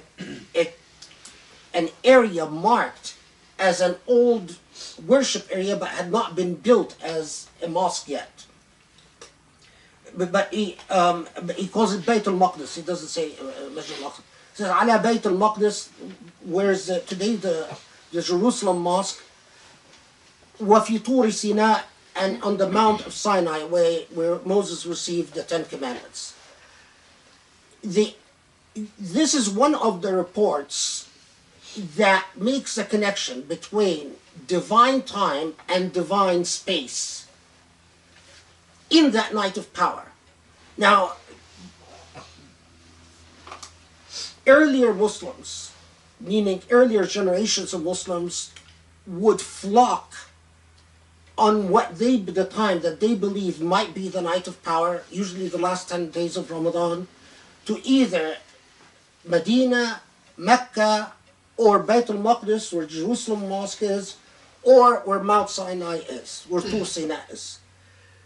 It blows my mind that today's Muslims don't flock to where Sinai is, because the Egyptian government won't let you go, even if you wanted to. They consider it security area, and they want tourists. They don't want practicing Muslims. They love to show tourists around Mount Sinai. It is no longer a prayer area. I mean, for centuries, this was known as one of our holy sites. And these ignorant Egyptians that say, and now Saudis, and now Emiratis, unfortunately, that, the Bayt al-Maqdis was never important. This is just one of a gazillion traditions that points to their ignorance, that thousands of Muslims would flock to the Masjid al-Aqsa to worship there, because in the last 10 days of Ramadan, hoping that they would be worshipping on Laylat al Qadr, and of course Mecca and Medina. And it is part of the sign of what is truly wrong with us, that out of 4 sites today, we only have 2. Right? Out of 4, we have Mecca and Medina, and today you can't even go to Mecca and Medina unless you get permission from the Saudi government, and the Saudi government doesn't want to throw you in prison. Because if the Saudi government wants to throw you in prison, then don't go. They've taken people, including Libyans, Syrians, Egyptians, all nationalities, even Americans who've gone to Umrah or Hajj or whatever and got arrested as they're going in or out. So just to, why I started tearing, it was this part when I was reading this part. Because if you know the history, what do you say to Allah? You look around and you start doing some searches on what khutbah al-Jum'ah on last Ramadan, the last 10 days of Ramadan, and it breaks your heart. I mean, but part of it is I believe that those who are giving the khutbah are ignorant. I mean, they're not people steeped in the tradition. So again, they shoot from the hip and they talk about what they think is important, but it's not. It's anyway. But that's why you attend these halaqas, so you get what you wouldn't get from somewhere else. Can I ask a question, Dr. Okay, but let's not make it a practice, because I'd like to see if the question's till the end. Okay. Is it? It's a good way to. Okay. Okay. Now, interestingly, on the discussions on Laylat al Qadr, you will find a whole bunch of traditions. I'm not going to get into them into detail, but there's a whole bunch of traditions that tell you that Allah decreed Laylat al Qadr because that connect the occasion for revelation to the practice of the Israelites. And the traditions go something like this. And again, there's so many variants. I was trying to find a way to sum it all up yesterday, and then I gave up. I decided there's so many variants. But the traditions normally go something like this. That the Israelites are people among the Israelites that would worship for 1,000 months and do jihad for 1,000 months, and then that Allah created the night of power to equal the 1,000 nights of worship and the 1,000 nights of jihad as a way to make up, as a way to elevate Muslims so that they're not inferior to the Israelites. The story behind these traditions is that you remember these severe theological disputations that I mentioned to you. Part of the thing is that Islam emerged at a time before we had secret police and so on. So Islam emerged at a time when people could speak freely and did speak freely. And there were Christians and there were Jews who were constantly criticizing Islam as the emerging new religion. And there emerged within the Islamic tradition a whole body of discourses that were designed to respond to criticisms coming from Zoroastrians, Christians, and Jews. Part of these traditions are traditions that try to debunk the idea of Jews as God's ongoing chosen people. So it's not just you that Allah has given a particular preference to. Allah preferred us Muslims too. Part of these traditions are ones that try to debunk the idea that Allah is not intimately involved in alam al-ghayb wa shahada. There's an old theological orientation, many orientations, that believed that God is a disinterested creator. God created, given it to human beings, and then butted out. Like deism? Yeah. Basically said, okay, it's up to you. Go with it. Run with it, basically. I'm not involved. I'm going to busy myself with other things. Whatever God's busy themselves with. Yeah. This was something that Islamic theology resisted very systematically. So you encounter these traditions. I've noticed that a lot of the translations omitted any mention to these traditions. But if you are oriented towards, if you want to know, if you do a little bit of research, even in the translated Ibn Kathir or so on, you encounter these traditions.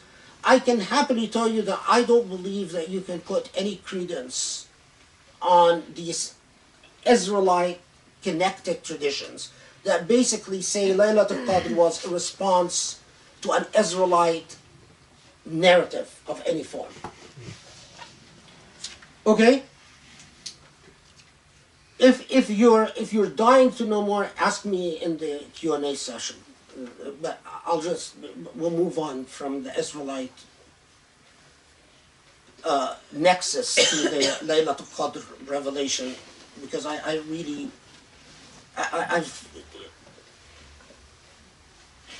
every time I've looked at one of these traditions, a very clear problem emerged very quickly. And I've now been doing this for over 30 years, and it has been the consistent pattern. Anyway, okay. Now another thing that there is a debate that you don't hear about among modern Muslims, but it was very much a part of our tradition. There was a debate about whether the idea of Laylat al Qadr, a night of great power, and we haven't really talked about its nature yet, but the idea of Laylat al Qadr was something that existed at the time of the Prophet ﷺ and then was abrogated, or whether it continues on until the hereafter. So the majority said that Laylat al Qadr is a night in time that emerged with the revelation of the Quran, according to the majority view, or emerged long before the revelation of the Quran, if you accept the view that it is a night of power, but not necessarily tied to the revelation of the Quran. So it predates the Quran in that school of thought. But a minority said that it only existed until the Prophet died. The majority view said that it continues on to exist perpetually. And this is the view that was supported by Abu Dharr al-Jumhur. Abu Dharr al-Ghafari is because he spent the most time debunking the idea that it was abrogated. Okay, now, when is it? When before what is it? I'm going to talk about when is it before I talk about the substance, because the substance should be like the touchdown, the last ball, right? The last run. There is a very interesting debate about this. And again, a debate that has theological connotations. I'll sum up the debate because I've noted down 40 different positions about when Laylat al Qadr comes. 40. Some said that, I try to see if I actually, like for instance, just Hassan ibn Ali, the grandson of the Prophet, said that it is on the 17th of Ramadan. Some said it's at the beginning of the Ramadan. Some said that it is variantly on the 21st. It's an odd number of the last 10 days of Ramadan. The 21st, the 23rd, the 25th, the 27th, the 29th. There is something to support each point of view. However, the view that survived in the modern age is that we don't know what particular night it is, other than it is a night within the last 10 nights of Ramadan. What is this view based on? It's based on the fact that the Prophet ﷺ would break down his i'tikaf. He would isolate himself in extensive prayers during the whole month of Ramadan. But he would break down his i'tikaf into 3 parts. The first third of Ramadan, he would do a certain amount of dhikr, but he would do alone. The second third, he would do alone with some of members of his family, like Aisha, for instance, or like Hafsa joining him. In the last third of Ramadan, he would invite the community, for those members of the community that want to join him in his i'tikaf, to join him. There are interesting reports. Let me see if I've actually noted one of them. Yeah, like on Abdullah bin Anis, one of the companions who was from a tribe called Bani Salima. It's a report that I've always liked because it tells a story. Banu Salama, the tribe of bin Anis, tell Bani Anis, you know, why don't you ask the Prophet what particular night is Laylat al Qadr? Bani Anis says, well, why do you want to know? I said, well, you know, instead of going into special i'tikaf, extensive prayers, the whole last 10 days of Ramadan, if we find out what special night it is, then we can take a shortcut. It tells you that, you know, losers have always existed throughout life. Right? So, okay, what do you want me to do? Well, go ask the Prophet. You're close to him. So Ibn Anis says, I was a young man then. He was a lad. He was about 14 years old. So he says, because I was young and impressionable, I said, okay, fine, I'll go ask the Prophet. So he goes and he finds the Prophet and he joins the Prophet. Banu Salama lived close to Medina, but not in Medina. So it takes a ride, a donkey ride or a horse ride to get to Medina. So he arrives and he finds that the Prophet is in Maghrib prayer, so he prays Maghrib with him. And then he approaches the Prophet and then he gets cold feet. You know, how am I gonna, what if the Prophet asks me, why do you want to know? And then I tell him it's because I don't want to do the last 10 days of Ramadan. You know, so he gets cold feet, and so he walks with the Prophet back to his room, to his home, and he ends up falling asleep at the Prophet's doorstep, in front of the Prophet's door. So the Prophet then, ﷺ, is coming out later for Isha prayer, and he finds this, this kid sleeping in front of his door. So he wakes him up and says, go do wudu. You want to come pray with me? Yes, I want to come pray. We go to Isha prayer. Walks back to Isha prayer. The Prophet looks at him and says, come in, join me. Which was the practice of the Prophet ﷺ, is that whoever would accompany him he had such a hard time not inviting people, to the point that it took a Quranic revelation to tell people, ease up a little bit, give the man a little space. So Ibn Anis says, okay, comes in, and he says that the Prophet went inside and came out with Isha, dinner. But when I looked at the amount of food, it was such a small amount that I thought to myself, if I ate anything, then nothing will be left. The food would, but I noticed that the Prophet is not reaching for it unless I reached. So I pretended to eat to get him to start eating. Then, after the after the eighth, well, Ibn Anis says he didn't actually eat anything, and then he said that the Prophet then turned to me and said, can you hand me my slippers?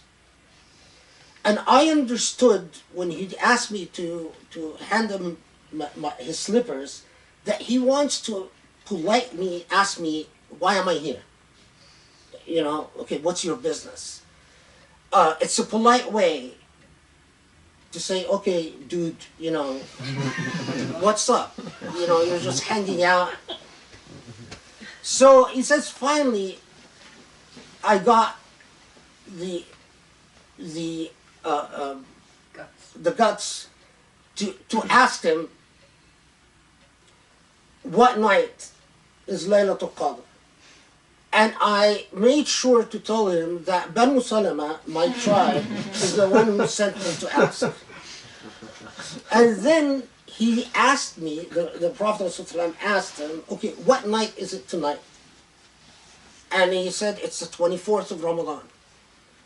So he said, tell your tribe it is tomorrow. What's very interesting about this tradition is that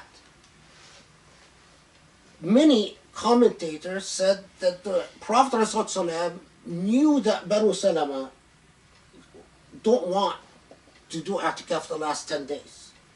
So it's like he's telling them, okay, just do it for tomorrow. And they said that that tradition cannot be taken as evidence that, in fact, Laylat al Qadr is the 25th, because it was the 24th when he asked him what day is it. There are many traditions like this. I just chose this one because I've always liked it, because it's a little bit funny, but especially they hand me my slippers part. And the falling asleep at his doorstep. But there are many traditions that point in various ways to whether, but why the last 10 days of Ramadan? That's an alam al-ghayb. It's like Allah choosing a special place. What time is it? 7:23. What time is Maghrib? 25 minutes. 5 minutes? Really? 25. Oh, 25? I need to sit back. Are you going to leave? I have to. Oh, shucks.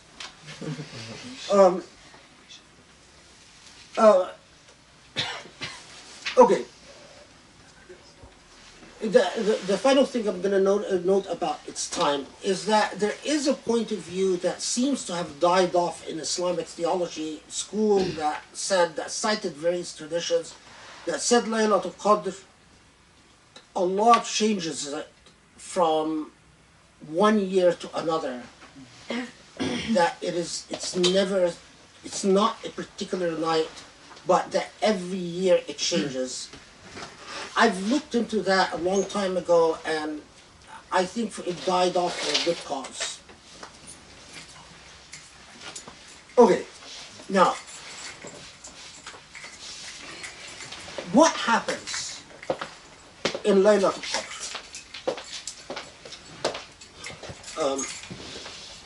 Are you still going to go? Well, I have to pick up the. Oh, I know.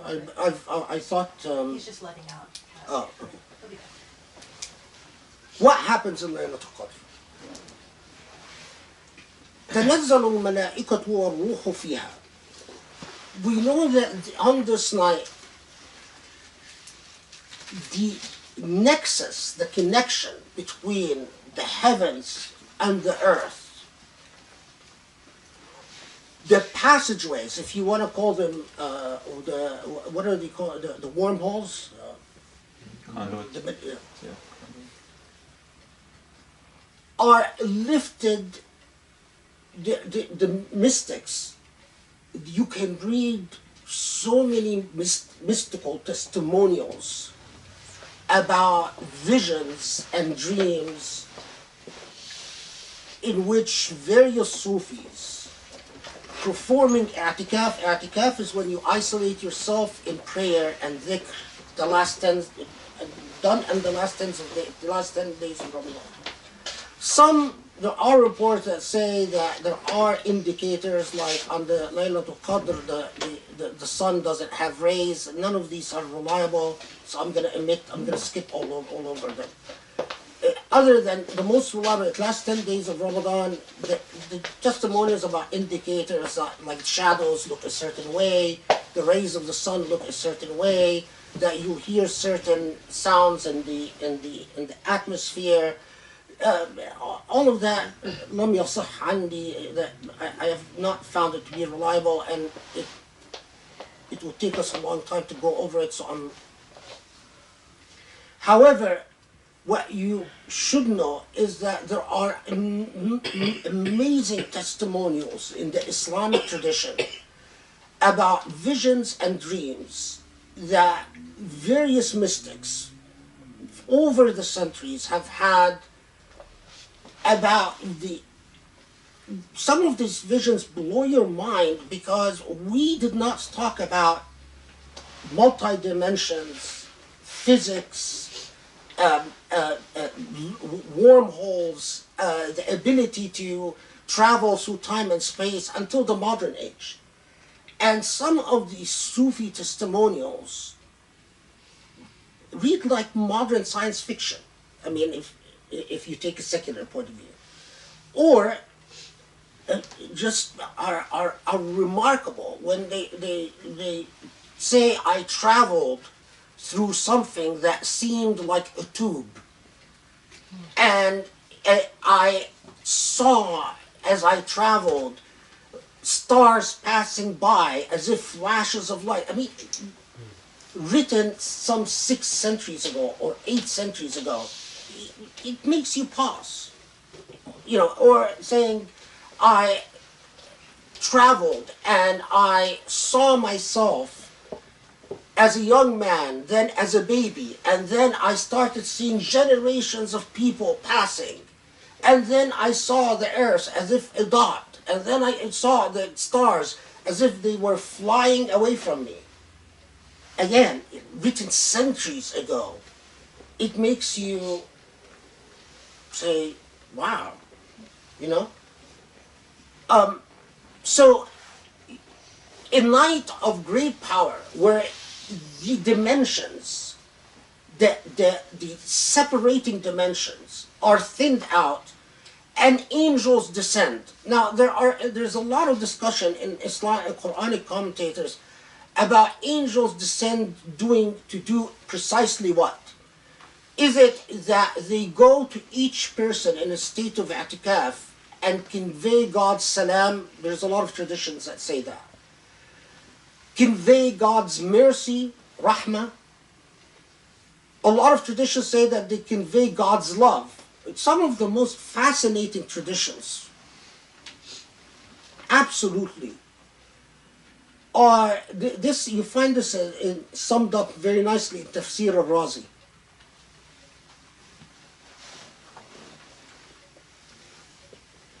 That the angels.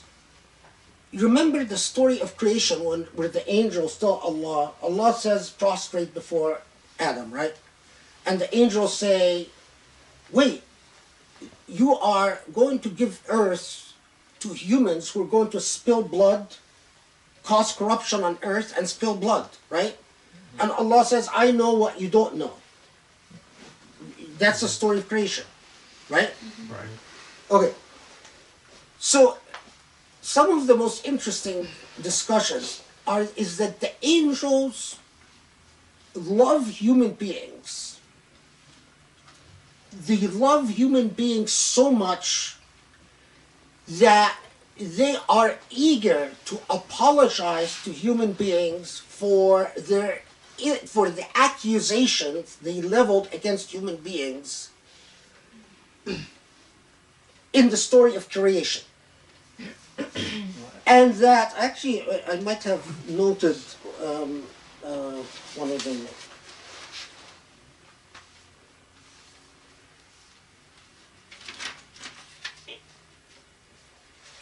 حب الملائكة يجعلهم يستأذنون. So, but they love and they miss human beings.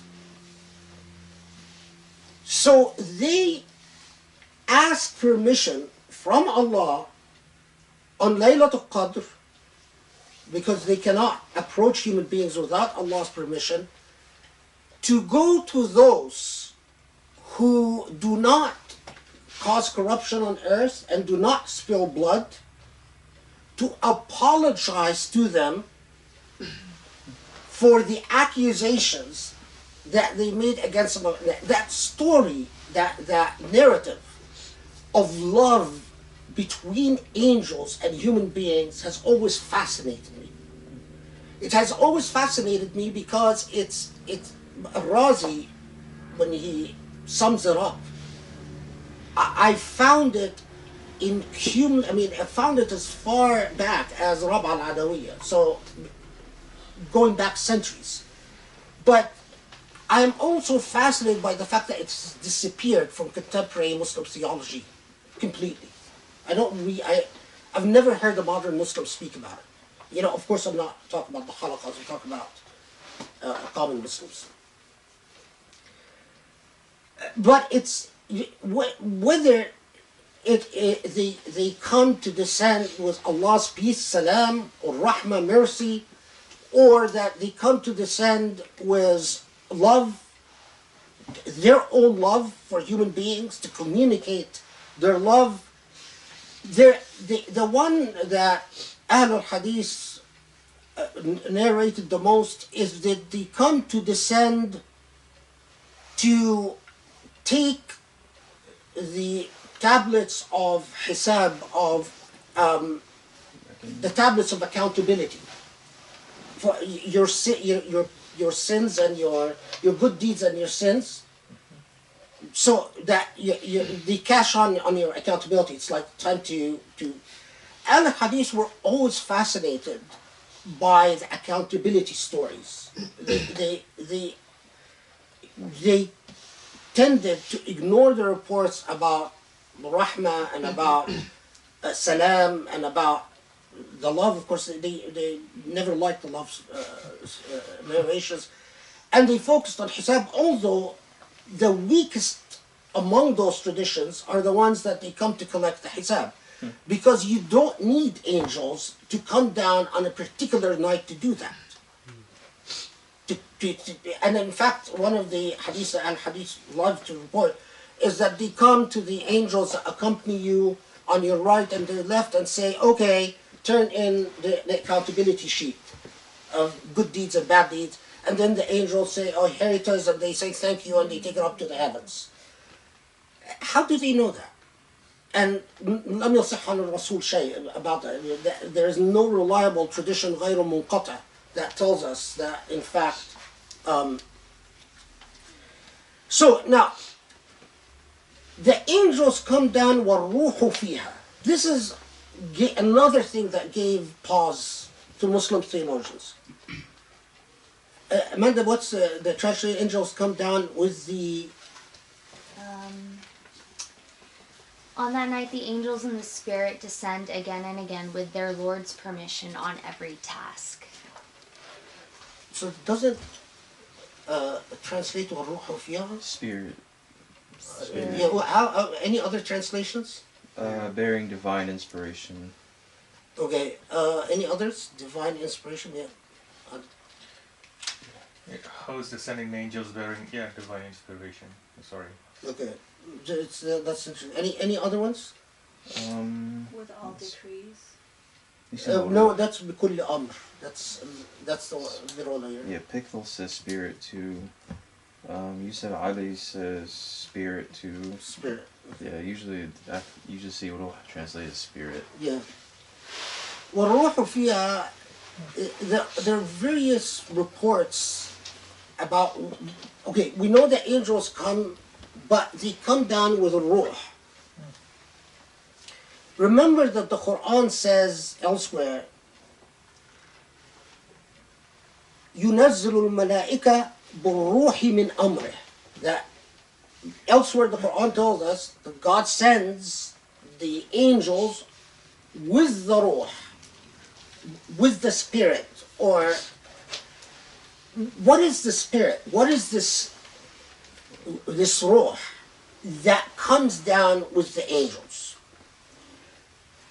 Also, as always, I'll start with the reports that you often encounter among modern Muslims, that the spirit is Gabriel,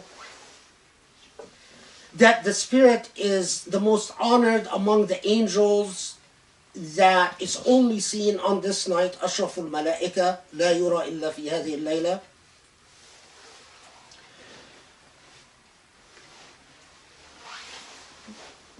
These, I think, although they're the most commonly encountered among modern Muslims, well, I actually think they're the weakest. Ruh, because of the Quranic revelation, the Quranic verse, ينزل الملائكة بالروح من أمره. That the spirit refers to the divine, some divine spirit, and most commentators describe it as Ruh al-Rahmah. That this is the creating spirit of the divine. The creating spirit is the spirit of mercy, the loving, compassionate spirit of the divine. It is the same spirit that created life. When Allah blew the spirit into human beings, so it is the same spirit that dwells within us from Allah that is familiar to us on that night if we encounter it. I know I'm speaking a little mystically, but that's the only way that I believe you can understand it. That spirit that dwells in you, that Allah blew into you, as Allah tells us in the Quran, when it accompanies, it is the power that animates the angels. It is also the power that gives permission to the angels, because the angels cannot enter dimensions without Allah's power. When you encounter it, and any human being that is in a state of dhikr on that night can and does encounter it, it is as if, Ibn Arabi says, كأنها لقاء الأحبة, that it is as if lovers meeting. The spirit that dwells inside of you recognizes it immediately, and it gives you peace and repose that can only be experienced, cannot be described. Okay.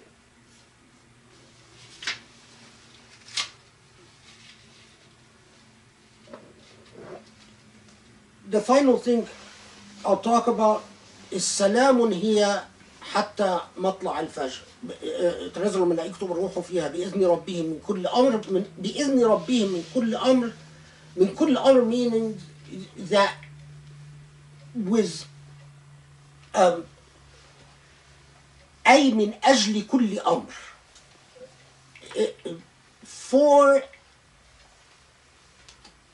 For all types of purposes, meaning that it can go to these angels with the power of Allah's Spirit, can go to different human beings, in all human beings engaged in various different things of dhikr in that night, whether you are engaged in prayer or you're engaged in tawaf, or you're engaged in ittihal, or you're engaged in a tawashih, or you're engaged in simple dhikr or tasbih and so on. بكل أمر من أجل كل أمر, for all types of purposes. Good evening, Ibrahim. سلام هي حتى مطلع سلام هي حتى مطلع الفجر. Okay. The only thing I would like to note here is a difference in qira'ah. Some read this verse as حتى مطلع الفجر, and some read it as حتى مطلع الفجر. The difference between the two is حتى مطلع الفجر is until the start of the first break of sunshine. حتى مطلع الفجر until the Fajr starts. It's a very small difference in meaning. But, I forgot another difference. من كل أمر سلام هي حتى مطلع الفجر. There is a qira'ah that reads it من كل إمرئ, not من كل أمر. The difference here is significant. من كل امرئ سلام هي حتى مطلع الفجر is that to every person. That the spirit goes to every person. To every person with peace until sunrise. The majority qira'ah is the one that we're all familiar in, is من, not من كل امرئ but من كل أمر. من أجل كل أمر. So the difference would be significant because do the angels and the spirit go to every human being? According to the different narrations for this qira'ah, is that they go to every human being, and if they are in a state of remembrance of Allah, they receive the spirit. The rahmah, the blessing, the love, the peace. If they are not, then it's as if that person chose to not receive it. It's as if that person turned them away, and they do turn away. In the other qira'ah, min kulli amr, they don't necessarily go to every human being, but they go selectively to the human beings that Allah wants them to go to. The qira'ah most common was most Sufis who are the practitioners of Surah al Qadr. Because, I mean, in fairness, I would say that Ahl al-Hadith, although they tell you, Ahl al-Hadith tend to have Laylat al Qadr like a lottery system. If you happen to do dua on the right night, then your dua will come true. That's Ahl al-Hadith approach. That you sort of throw in you buy in the lottery ticket. So on the last 10 nights of Ramadan, do your dua on every last night and the last 10 nights. So just in case you happen to hit the right hour, if you do, Allah will answer your prayers, regardless of what your prayers are for. You know, you want a car, you want school, you want jobs, you want marriage, you want divorce, you want whatever you want. The Sufi practitioners have, Jilani has some very interesting choice words about that. He actually has absolute disdain for the Al-Hadith approach. And he says that Allah la yuqamiru bil azlam, that Allah doesn't cast, doesn't gamble like they used to cast arrows in the days of Jahiliyyah. And that Laylat al Qadr is not about getting your prayers answered if you happen to hit the right hour. Laylat al Qadr is about on that night, if you are in a state of surrender to Allah through dhikr, then Allah matches that spirit with a special power that elevates your soul and helps you along that journey from al-mahd lil-lahd, from birth to death. So the testimonials of Ahl al-Hadith about Laylat al Qadr are always, I think this happened, I got a boy, my wife gave birth to a boy because I think I happened to do the dua on the right night, Laylat al Qadr. But we never know because we never know what hour, what day, and so on. All the testimonials of Sufis are about visions and dreams, and what they believe happened on Laylat al Qadr. And the type of the visions that I described to you that sort of blow your mind. Okay, am I missing anything? What time is it now? 7:46. Okay. 5 minutes. Okay. I'm skipping a lot of things, but it doesn't matter. I think you've had enough. Wouldn't though. It's so interesting. Yeah. Isn't it interesting that I am sure, I mean, I am sure that if you would have come to most Muslims you meet at the Islamic Center and said, we're going to talk about Laylat al Qadr, they would say, oh yeah, 15 minutes. that's part, when a prophet, a night of glory for a prophet of glory, for a book with a book of glory to an ummah of glory. That's precisely why we are not an ummah of glory. Because when you don't know your tradition, the way we don't know our tradition anymore, then someone will come in and fill in the empty space. And who's going to fill in the empty space? It will be everything but Muslim. Whether it is the Islamophobes or the Orientalists or the secularists or the Christians or the Jews or Buddhists or the Hindus, you have an empty space. The laws of creation is empty space will be filled. And if it doesn't have Islamic content, it will be filled by something else. The thing that, I know that the thing that I always, my students ask me, I say, well, who do we turn to for Islamic content? And that's the dilemma. And that's why I'm so angry at rich people. Because you can't make an educational system work. You can't educate others unless there are resources.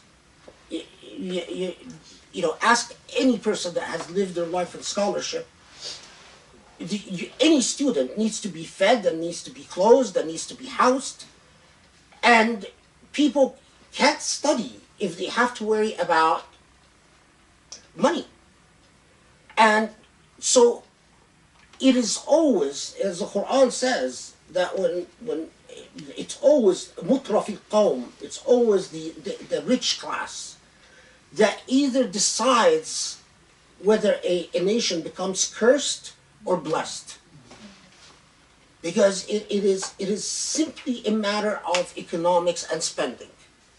If the wealthy don't spend on the right objectives, the entire structure crumbles. And that's why I always, and I personally think, in our day and age, anyone that Allah has given a lot of money to, is Allah as if has given them coals of fire. It's a huge curse in our day and age, considering the plight of Muslims all over the world. If you actually have a substantial amount, and I know none of the people I'm talking to here do, but I'm talking to the people who are going to listen. It is an enormous, terrifying responsibility. Because you're going to be held to account for your responsibility. And, of course, it's, alhamdulillah, that if you don't have the money, then... So I have a question. When you said Laylat al Qadr rotates, does it rotate within the 10 days? Do you believe it rotates, or is it just one night? It's always the night of the 27th, 29th, whatever night. I believe it rotates within the 10 days, and I believe we don't know. There is a school of thought that said it rotates within the entire Ramadan. I don't follow that school of thought. They rely on a tradition that, from one of the tabi'een. But anyway, now, Allahu Alam, because people who say no, there's a lot of evidence that it is the 27th. They cite a lot of reports. Some of the reports are very interesting, like the one who say the number 7 holds one of the secrets of creation. There are 7 heavens, there are 7 days in a week. They cite a whole bunch of things, and they say so, and it would be consistent with these laws for it to be the 27th. I get their point, but I don't. It doesn't convince me. To put it that way. Allahu Alam. I think a wise Muslim. I don't believe. Thank you. I don't believe that taking it. It is. I don't believe it is a lottery system. But I do believe that it is. Within the last 10 days of Ramadan, you enter into a realm of great power. And that there is a night that, what is the precise objectives of these malaika and these spirits that come with mercy and peace and love, what is it that I don't believe that they help adjust the fates of people for the next year. Although again, I might be wrong. I don't believe that they come to collect bills or accounts. What then do they come to do other than convey peace and blessings? I don't know. My sojourns in life, my journeys in life has convinced me that there is an objective that we don't understand and we will probably never understand. But I think that Allah consistently affirms to us that part of your belief as a Muslim is to believe in alam al-ghayb. And part of the ghayb is that you surrender, you concede that there are chosen places and chosen times for special treatment by the divine, and they enter within the jurisdiction of the divine and not the jurisdiction of the human. And that part of what you learn is the humility of saying, I will experience the divine, but I will not intellectualize the divine.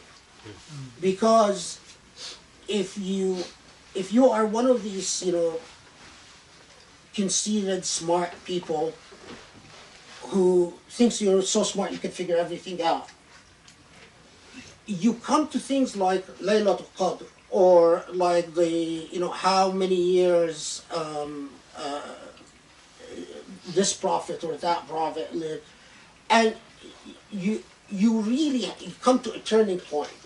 Do I accept the proposition that my intellect can be rendered subservient to my belief, or I don't?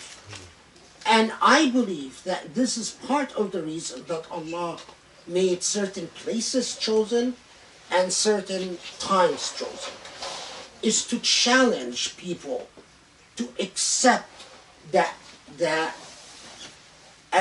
doesn't mean that as many people do then they make their intellect subservient in everything in life.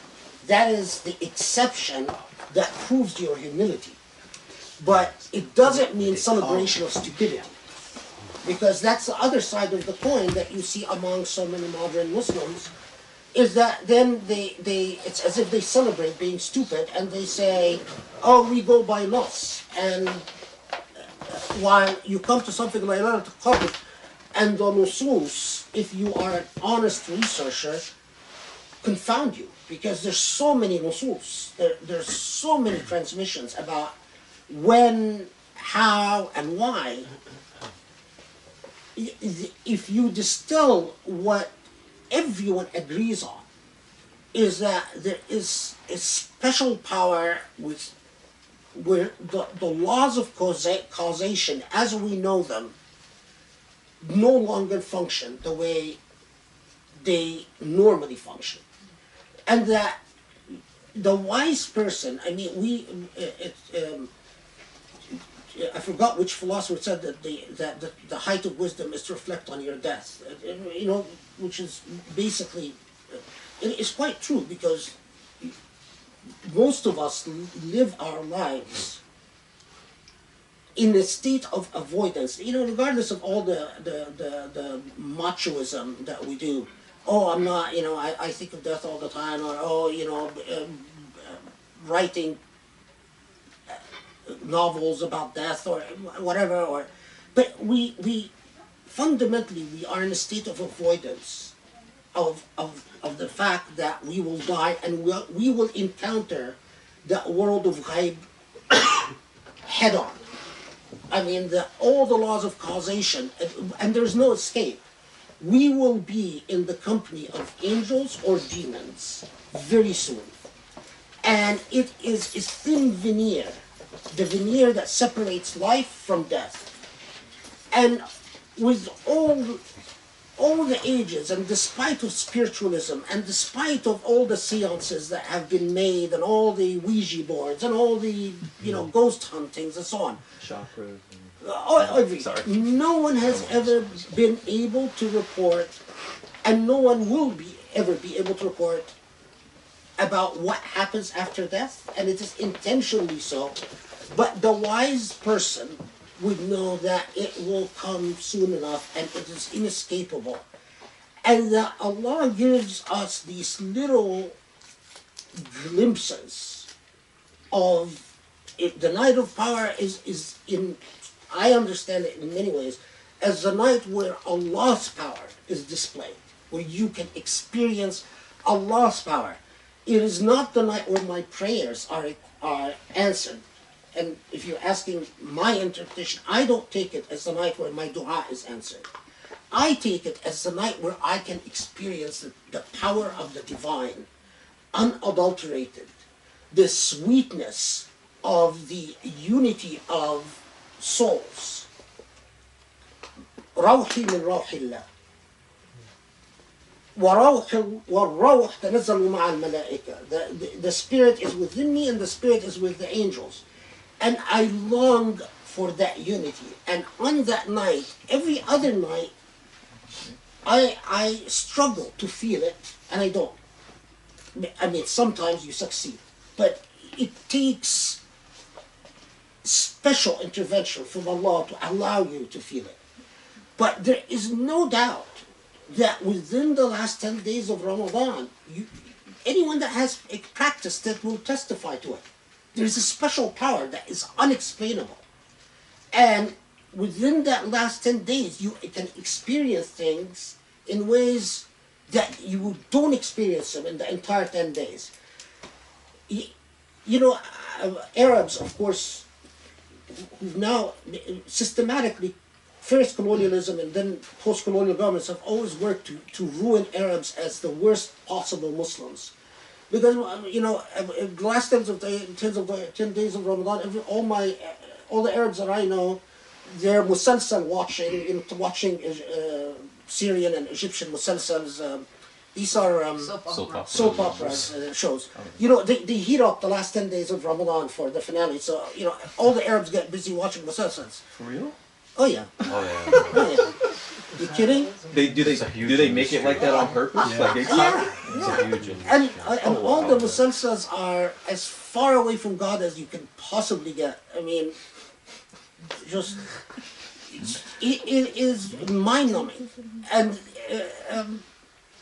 so I mean, Arabs have become the worst possible. Let's pray, Dr. Abu Maghrib, and then... So realistically, it's very difficult to stay up the whole night. So even if you doze off, you miss that moment? Or isn't the dozing an ibadah as well? Can we actually, because we've been going for 3 hours straight, so can we take a break and pray, and because my back is killing me, so I'm being kind of selfish, and then we can come back and do Q&A? SubhanAllah, you know, before we started, I felt very ill. Yes. And we were driving here, I felt very ill. And we were waiting for the madad. The madad is a true thing. Allah gives you the madad, Allah takes away the madad. So I'm amazed that we've been going on for 3 hours. But it's the power of the madad. Madad means help? No, madad is the divine aid. Madad min Allah. Sufis will often, when they do dhikr, they'll say madad, madad, madad, ya Rasulullah, madad. They're asking for that special intervention power. I'm among the muta'abbidina bil madad. I often pray for madad. If you pray for it, you receive. So would you remember to answer the Okay, I question will, now? inshallah. Can we, so if we pray and then we can all grab food and then come back and do Q&A, is that okay? SubhanAllah, Surah Al Qadr, I know it's so much. I mean, I've skipped so many things actually. Sharif, why don't you be in charge of moderating questions? Yeah. But let me start first I want to clarify something about. I'm going to for this clarification. I'm skipping over schools of thought because there are a lot of. I'll just tell you what I've come to it based on what I believe from my research.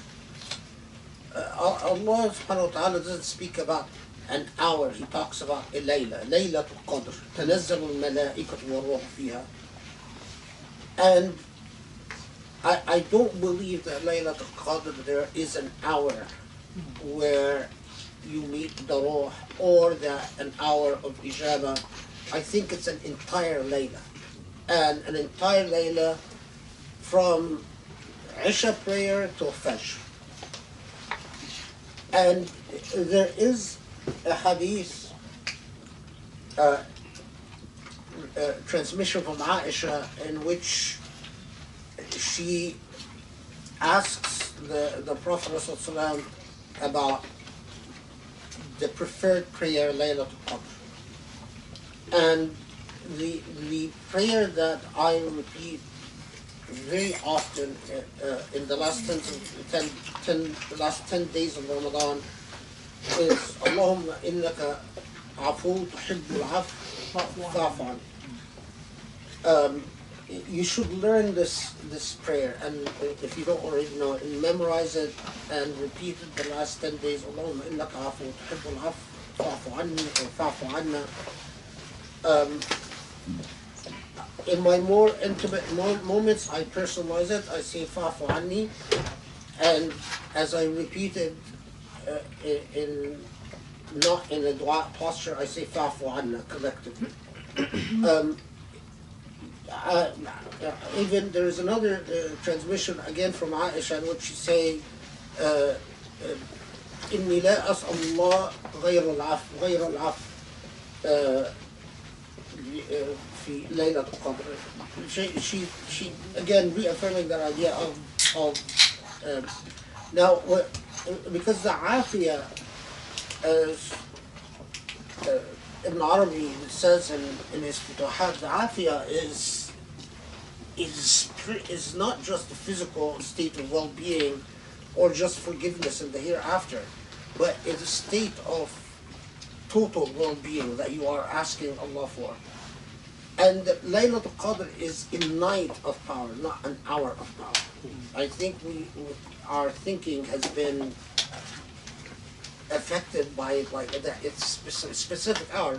I think that the entire night is now. So there is another hadith that is often reported in the context of commenting on the surah. That in which the Prophet ﷺ says about the last 10 days of Ramadan, awtiru, meaning that after you do the Isha prayer, any prayer, even Taraweeh prayer is a form of witr. But meaning, what the report is getting at is that if you can't stay up all night, it is sufficient that you do 2 rak'ahs and then add 1 rak'ah to, so pray the fard, then pray 2, and then, and if you pray Taraweeh, then after the Taraweeh do 2, and then 1 rak'ah, and in the final rak'ah read Qul Huwallahu Ahad, Qul A'udhu bi Rabbil Falaq, and Qul A'udhu bi Rabbin Nas, and then do the dua that you are, as long as you are able to do it, or do dhikr. In other words, just do something extra, and that will be sufficient. I mean, if you are unable to stay up or unable to do i'tikaf, there are a lot of ahadith that reported from Ali, reported from the Prophet, reported from that they would, on the last 10 days of Ramadan, they would have their entire family join them in i'tikaf. But i'tikaf is not time spent.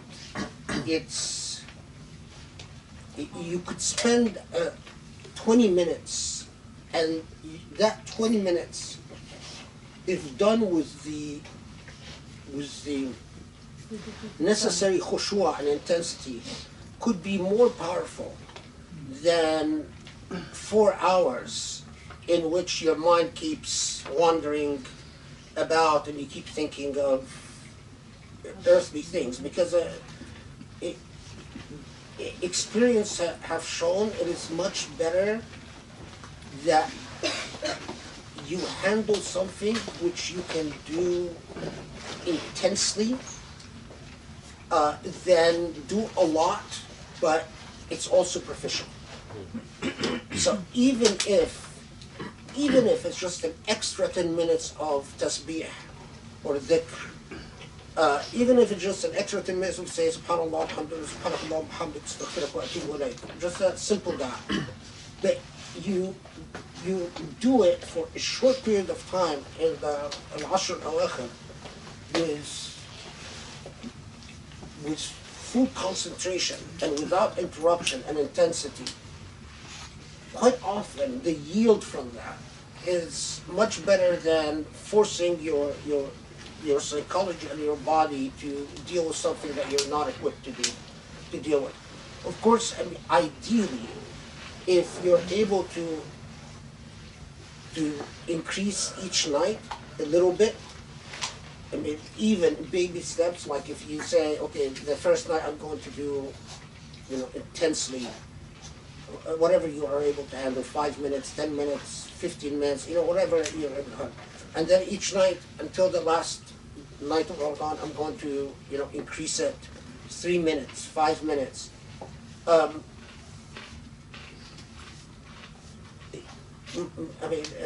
Speaking from experience, what I've learned is that a lot of people start out with very big plans.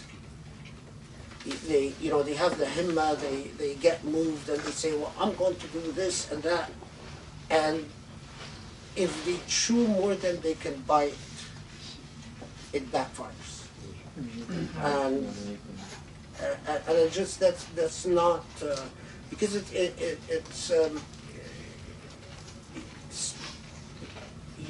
if your concentration is a skill like reading or like, it's a skill that you learn. And spiritually, especially if you've never spent a lot of time by yourself. And it's so, as the Prophet ﷺ said, so take small steps, but consistent steps is much better than, these huge plans or I've seen some people that will say, okay, I will spend hours in zikr, and then you find that they do it one night, and then after that they just avoid you all the time because they don't want to do it again, and they're afraid that if they see you, they're gonna ask them to do it again, and it affects their they don't know why they're avoiding it, but that's the ultimate thing that they're trying to avoid, and it's because they turn themselves off. So that it's an entire night, and Allah knows your intention. I mean, if you long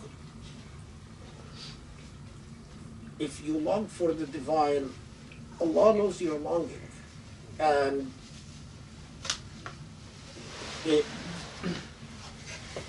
as long as Allah knows that you're doing the best that you can within your circumstance, then husn al-zanni billah, think well of your Lord. It's if you put human limitations on God.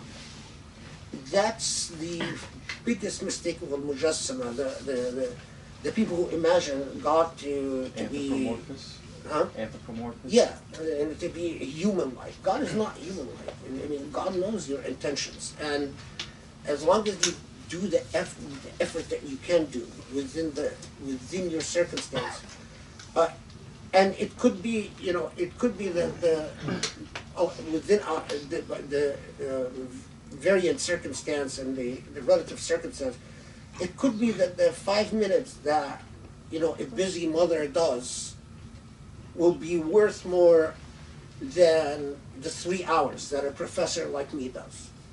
Because Allah knows, the circumstances of that mother, and Allah knows my circumstance. And that husnul dhan, that thinking well of God and thinking positively and optimistically about your Lord is a very, very critical part of spiritual growth. Allah is not petty. Allah is not vindictive. Allah is not out to get you. You're dealing with a maker who knows what he's made, or what God made, because God is not gendered either. Okay, so that's the part I wanted to add, to just make sure that, because you raised this issue, and it's very, and learn that dua, Allahumma innaka afu tuhibbul afwa fa'fu anni. And the tahmid, the tasbih, subhanakallah bihamdika astaghfiruka wa atubu ilayk. I intensify the dua. I repeat these in the last, especially the last 10 days throughout Ramadan, but I also will often repeat consistently to myself, Allahumma anta as-salam wa minka as-salam alayka tabarak ya dhul jalali wal ikram. The greatest gift that Allah gives to your heart is the gift of peace and tranquility. It has taken me a long time to learn this, but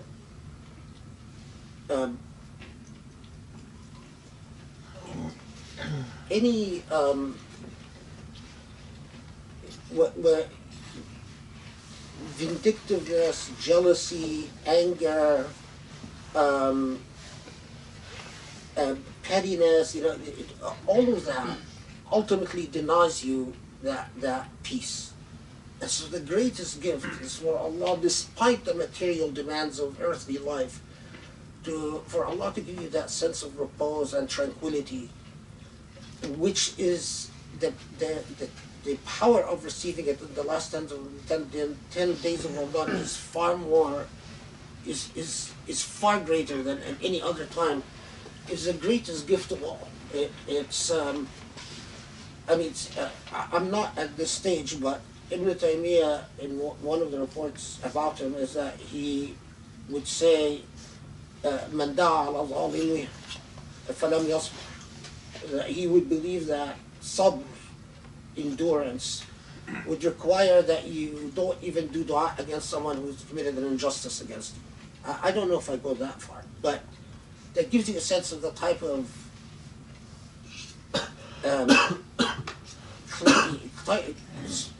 cleansing your heart of everything petty and that can obstruct your path, and directing your gaze to your Maker. And in the early days, I had a Sheikh Khaled Abou El Fadl used to tell me, visualize yourself in the womb and visualize your return to the womb. And I realized that because I was young and very inexperienced, that he was helping me, giving me a methodology to learn that tranquility, that visualization, that image, practicing that image helped me achieve concentration. Instead of allowing my mind to wander, and because your mind does wander, and that's the biggest challenge when you try to achieve something like experiencing Laylat al Qadr.